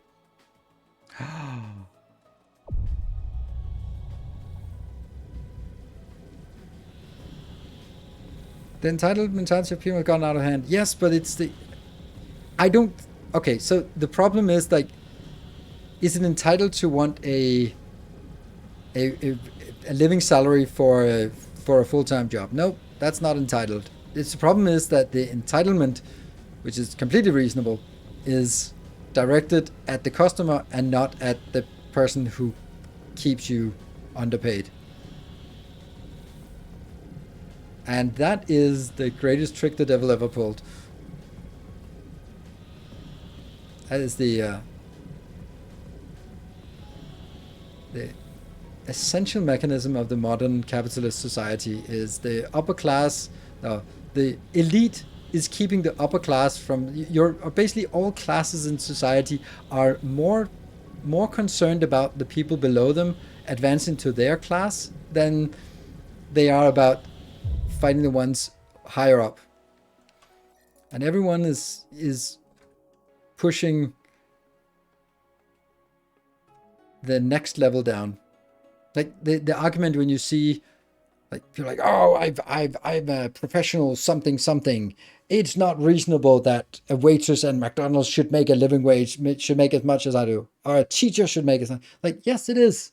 You should be happy that they can make a living wage, and you should not direct your anger at your fellow working class. You should direct your anger at the upper class. Wow, I'm a good communist, am I not? These socialists. Yeah, but that's because words like socialist is taboo, and that becomes like, oh, it's communism. It's never worked. It's like, just look at Venezuela. Just look at Venezuela. It never works. Like, oh, you could look at Denmark, Norway, Sweden. Works pretty okay. Norway is probably not a good example because they have like stupid amount of oil money, so everything is a little bit too easy for them. But Sweden, Denmark, Finland, Iceland, for them. Iceland is not a good example either. That's a good natural resource.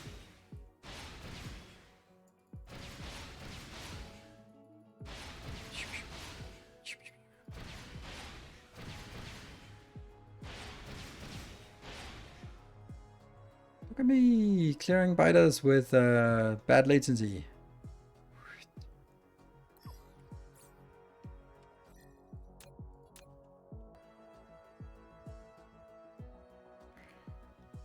Yeah, Finland just outed Denmark as the happiest country. I'm not happy about it. Denmark is still the second happiest country. And it makes sense. It makes sense. Everything is pretty chill. Didn't even make top 25. No, of course not. And this is when you look at stuff like cross-national product. I mentioned earlier about any company that goes into the stock market has to make increased profit every year. They demand for failure and lose value, and then they have to do anything possible to keep it up every year, raising prices, same goods, smaller inferior product, usually cutting employees. Yeah, and stock buybacks is another way of boosting your stock price. Oh, this one actually has flyers, which is great for the stock market. Yeah, so when you look at a country's gross national product, then US is ranking exceedingly high per capita, of course. Per capita is the only thing that's really interesting. but that's not very well spread out.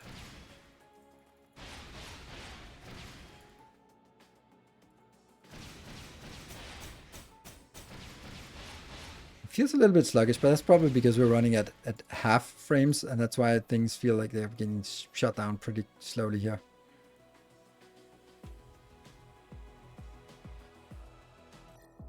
Any more? Nope. Oh, hello. Actually, let's not take that. Let's go to, which one was broken? That one.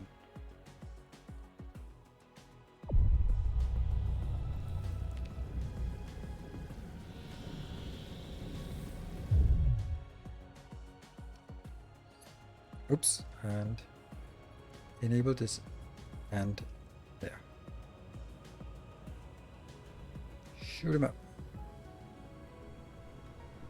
Wow, they've actually landed in.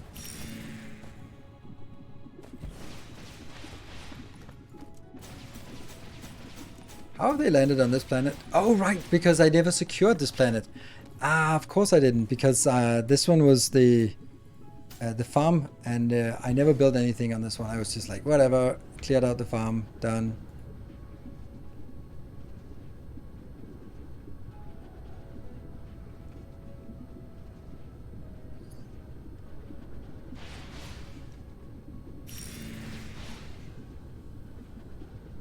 Okay.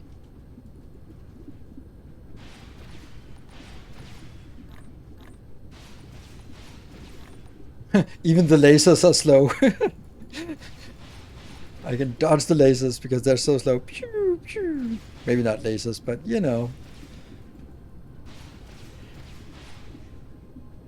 A record-breaking year, even beating planned revenue, and during the same year they call and set the raise the pricing of, yeah.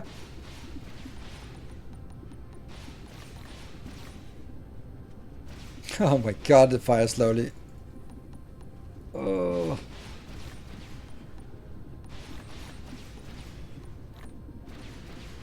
Yeah, that was I remember when I worked at in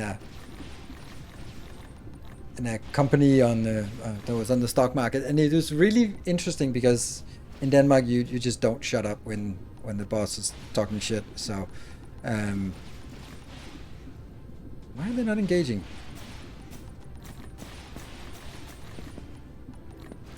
So anyway, when they were like, oh, we are brought in here because our stock price has now reached an all-time high, and here's cake for everyone. And then there will be invariably someone who goes like, so how much do we get a raise? And then good old corporate management are like, well, that's not how it works. You have to understand that the stock market, and that is take some cake, eat some cake.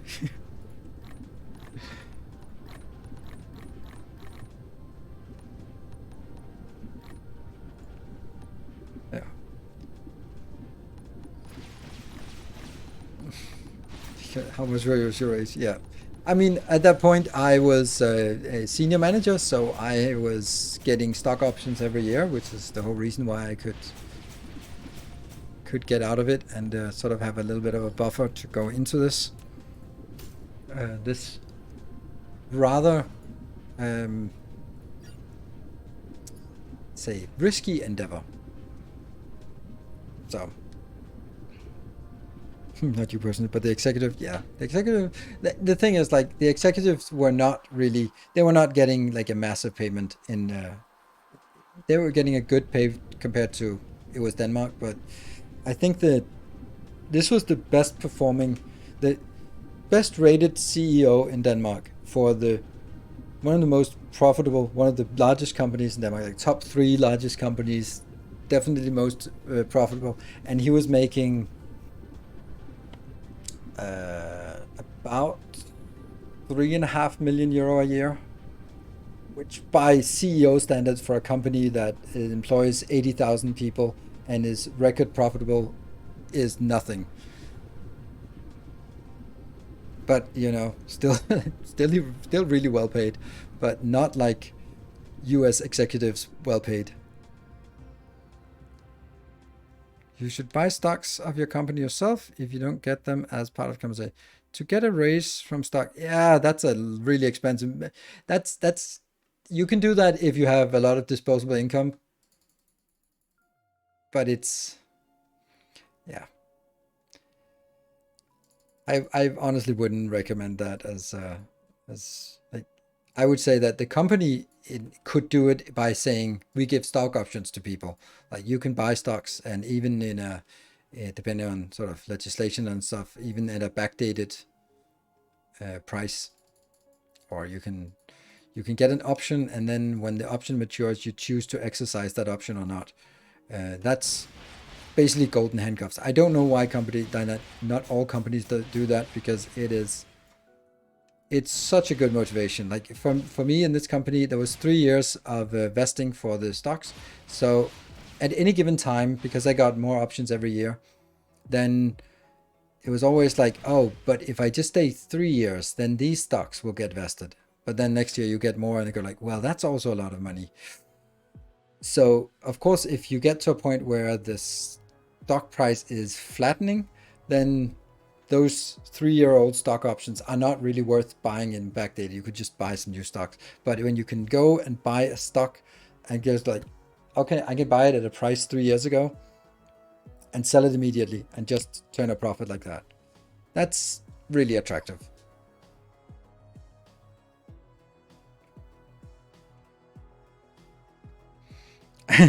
I'm sure the average US McDonald's worker is ecstatic to know that the GDP per capita in the US is 76,000 US dollars. That is a lot of money.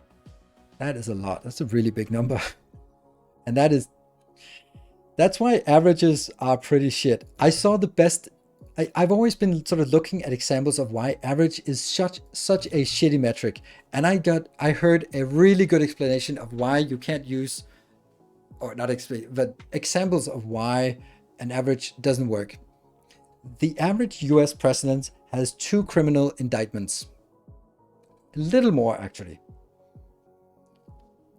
Isn't that a great use of statistics? 2 criminal charges is the average for a president. That's a lot, actually. They are corrupt bastards, all of them, right? If they're on average more than 2 criminal indictments. Shit.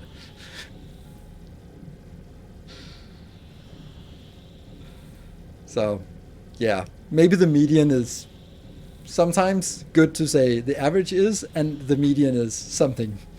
Yeah, because the median US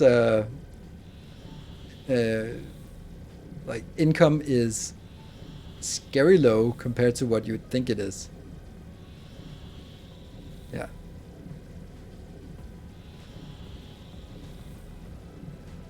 I thought it was really an excellent example of how flawed it is to use averages. Yeah, removing outliers. Well, the problem with removing outliers, that's how we make our master's thesis come to the right examples. That's the most important trick of doing statistics, is that you draw a straight line that corresponds to your hypothesis, and then you remove the observations that are too far from the straight line and call them outliers. And there we go. Suddenly your thesis is matching your expectation perfectly. Yeah. Removing outliers. There's a different. I know. There's a difference, but there's certainly also a correlation.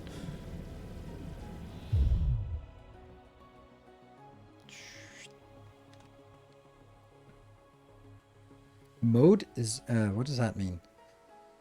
It is basically a feature of the salary that is a fixed value.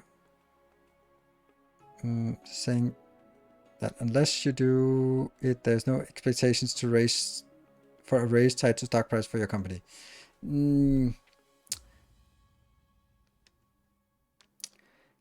True, there's a decoupling between the value of the company and the stock price of the company, and the value of the company should somehow reflect into the workers being well paid. You'd hope. I would hope, at least. But sometimes the stock price is vastly outperforming, or overperforming or underperforming. Like Tesla, for example, is way overperforming what you would expect if you compare it to, it's just a fucking car company. And that maybe people are seeing that it's not a nothing special, it's just a car company. Like Google and Microsoft were also like booming stocks, and now they're just like stable, ordinary stocks like GE or I don't know, oil company or stuff. Then it's just like, yeah, they're expected to sort of have steady, stable growth. They're not anything out of the ordinary. Mode, the most common income? Yeah, okay.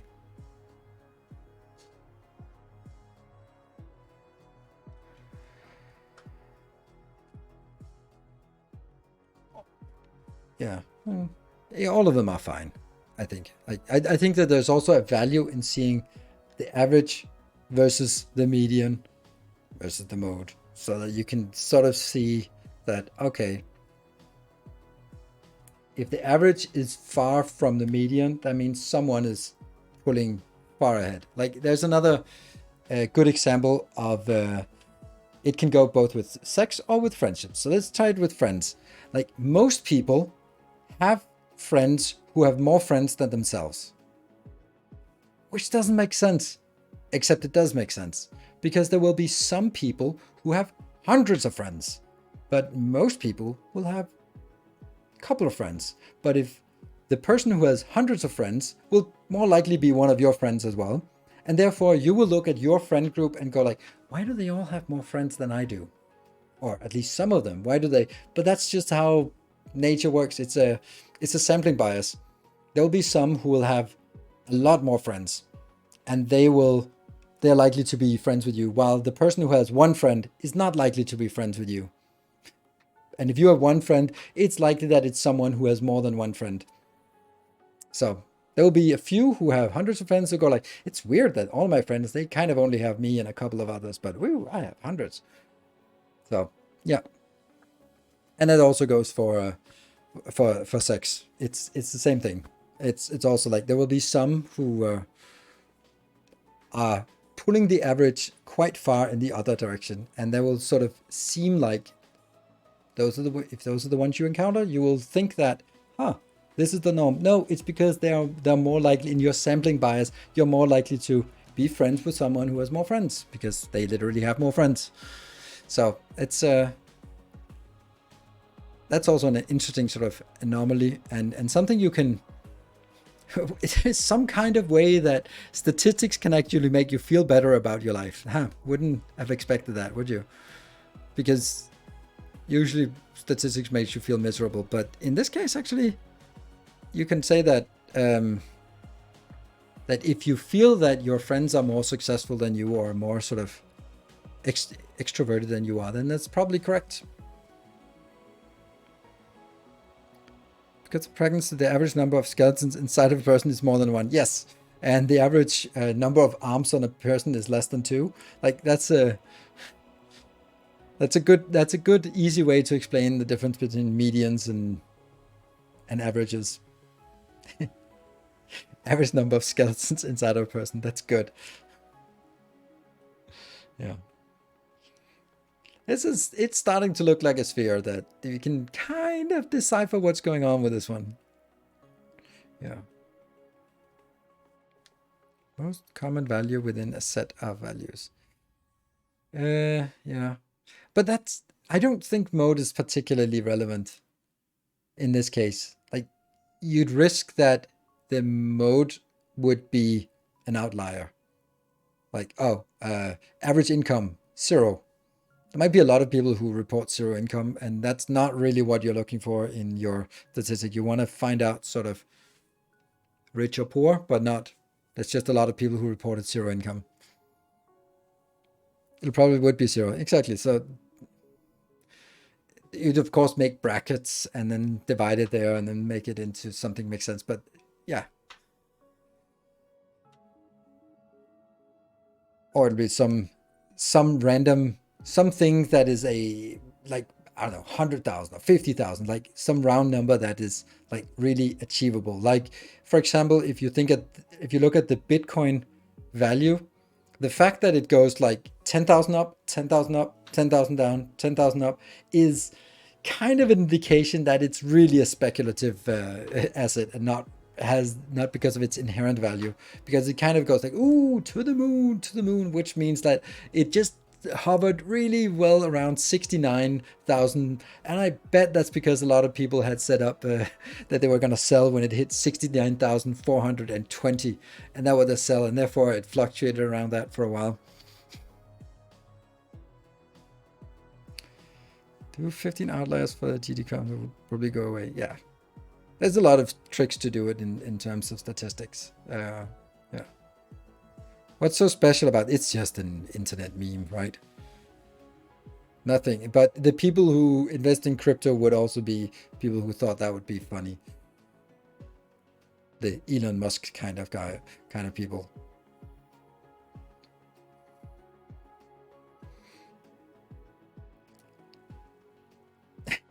Never trust the statistics. You haven't manipulated yourself. There are lies, damn lies, and then there's statistics.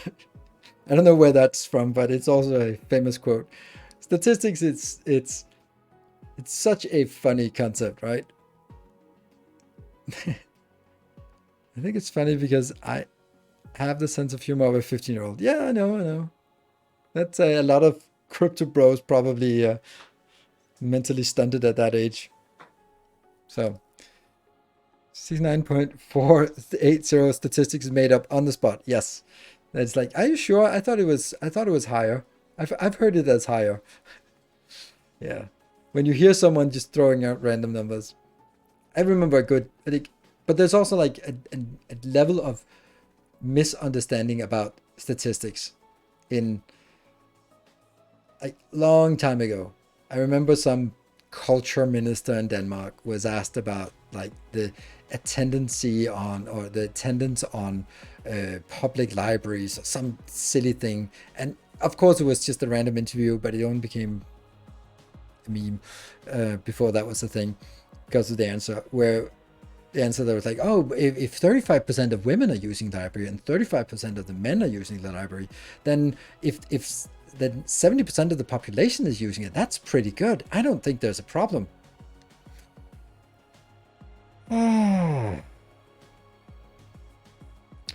Well, maybe we should invest more in public education, I think.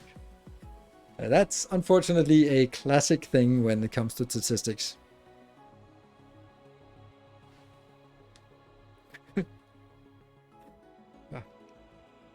And it is tempting sometimes to do these kind of things. And it's the same when you see people who will flip a coin, or the worst case I've seen is someone who is rolling a dice and they go like, okay, this is the test roll, and they roll it and they get a 4 and they go like, next one's going to be 3, because the most likely result of 2 dice is 7. So if I rolled a 4 now, it's more likely that the next one will be a 3.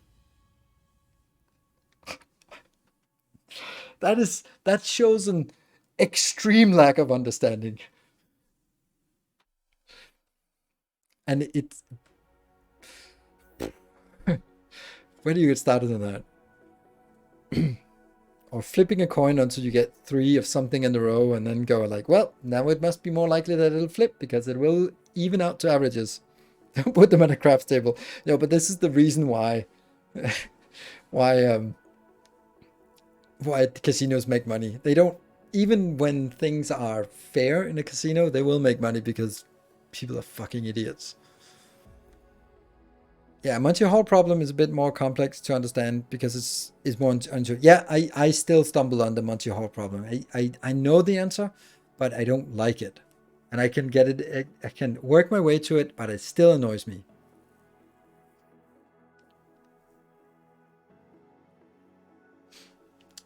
It's the same with those like weird, yeah, there's a lot of weird mathematical sort of conundrums, dilemmas, whatever.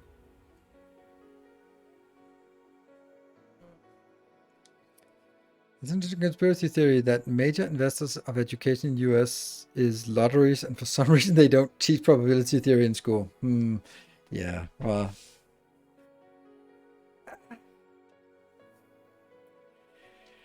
they don't teach how to do your taxes either, and that would be a hell of a lot more practical.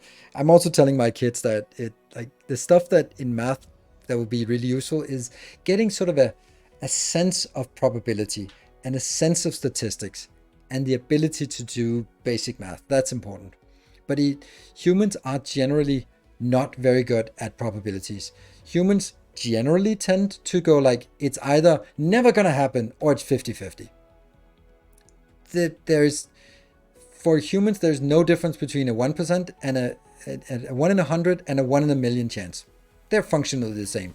They're not functionally the same, but for the human perception, it's not going to happen. But they're not. And it's prospecting theory. Literally won a Nobel Prize for that, Daniel Kahneman. So, yeah.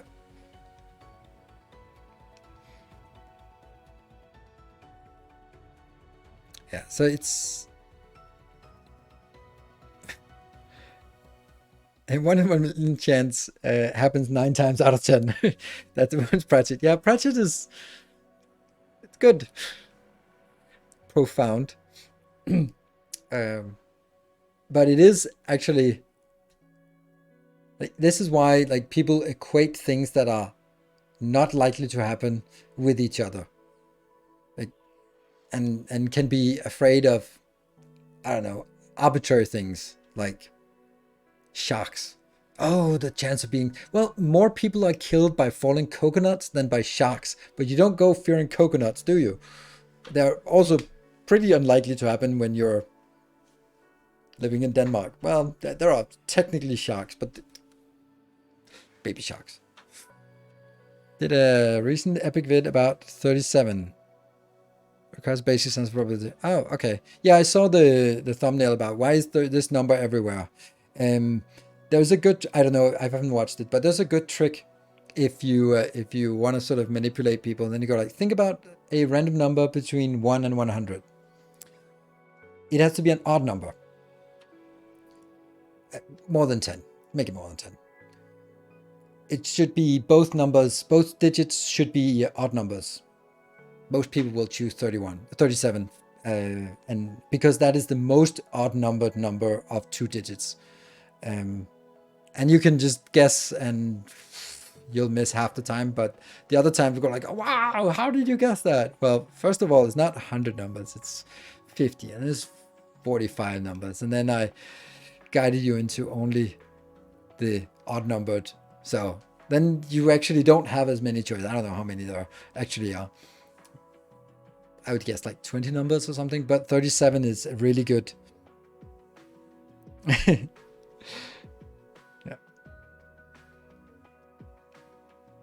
Because something about probability is that it is not to taken over a small sample size. X has 40% probability of occurring. People don't understand that it is 40% over like tens or hundreds of attempts usually. That's also true, but there's also the other part of it is that I would love to have a better understanding of knowing what a statistic significant sample size would be. That would be something I'd like to have an intuitive feel for, because I don't. Sometimes I get surprised by how small the number is. And like when you see something, you go like, but is it really? Is it? How many times did that happen? And they go like, well, actually, if you just need 10 observations, then you can be pretty confident about it. So.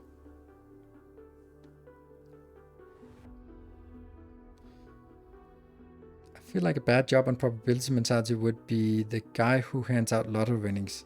Imagine every week you meet another winner. That would skew your views. That's true. That is true. Yeah. It's you get kind of biased, like, oh man, people are winning every week. Oh, there's also like some super mega lotto thing is now reaching $1 billion in the US, and more people are joining. And I know that like intuitively I could feel that draw, like, ooh, $1 billion.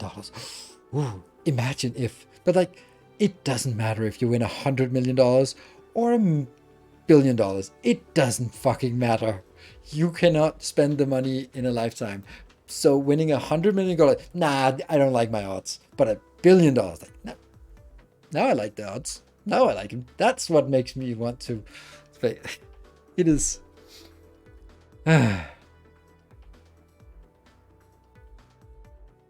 So that's also like, that doesn't make any sense. Yeah. Recently, that the jackpot was more than buying every single combination of numbers. Oh, well, that's a problem. That shouldn't happen. That really shouldn't happen. But you need a hell of an investment. Problem is that then you win, and then 200 other people did the same thing, and you win pennies. And you already started. You already. Oh, I think it was Mega Millions. Oh, really? Yeah. Why didn't you tell us earlier? Yeah. Well, because then Anonymous is now the Mega Millions millionaire. So, and he wouldn't be if we'd all been investing our hard-earned cash here. Right. Hey, I think we're almost reaching the sphere. I thought that was like a good way to sort of zoom in towards the end here. And we get... It looks beautiful, I gotta say. Let's have a look at where we're at. 600 and... Oh, we're almost at half a gigawatt here. Let's look at that sphere. We're at 7.7 million, so we're not a fourth of the way. We're not 25% yet. And so if this is not 25%, we'll easily get there, but it'll take a little bit more time.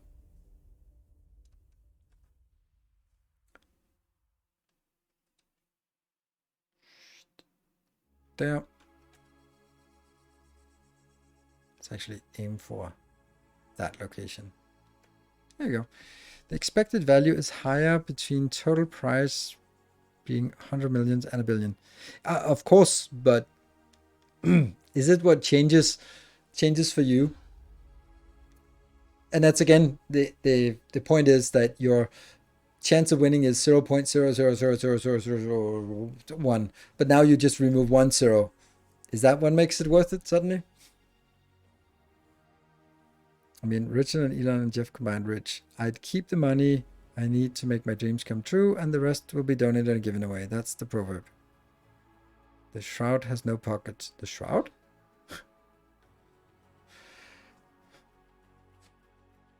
Yeah, and that's interesting. Like, most people would do that, but I also think that mentality is what keeps us from being really rich, right? Because we have a mentality of like, oh, no, that's fine, or I make a decent living, or I'm happy with what I do, and I'm streaming here, and for 10 subs in 4 hours, that's perfectly valid.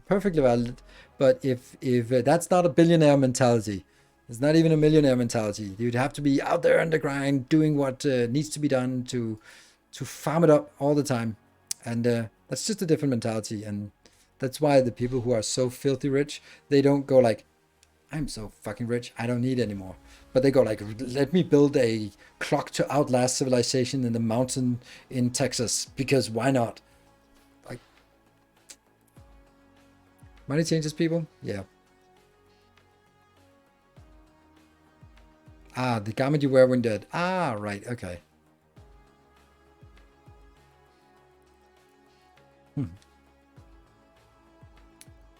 Put a link in Discord for anyone who wants to read about it. Ah, okay. Set. But money changes people. Yeah. My birthday suit. Still have pocket. Nice. Yep. Alright, so we're reaching maybe the South Pole or the North Pole of this sphere. And that's probably good time. So I think this was the last Dyson Sphere stream. There will be one more video coming, and that will be the time lapse of this build when it is completed. It'll probably be another week or so before it gets done and edited and all that good stuff. But you know, like stuff like this it's pretty nice screensaver, right? You can even we can talk about random stuff. I have enjoyed the stream a lot. We haven't done much in terms of gaming, but it's been a lively conversation. So I want to thank you all for a healthy, varied, interesting conversation. That was really nice.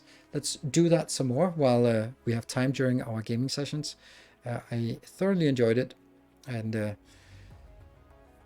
it was nice that we could do that while we're not so busy with stressing over some builds or getting killed, because the start of this series was very stressful, and it's ending on a very, very chill note, I would say.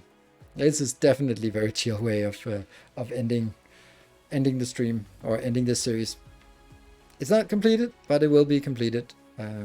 We may load it up at some point in when it is completed. So thank you everyone for joining.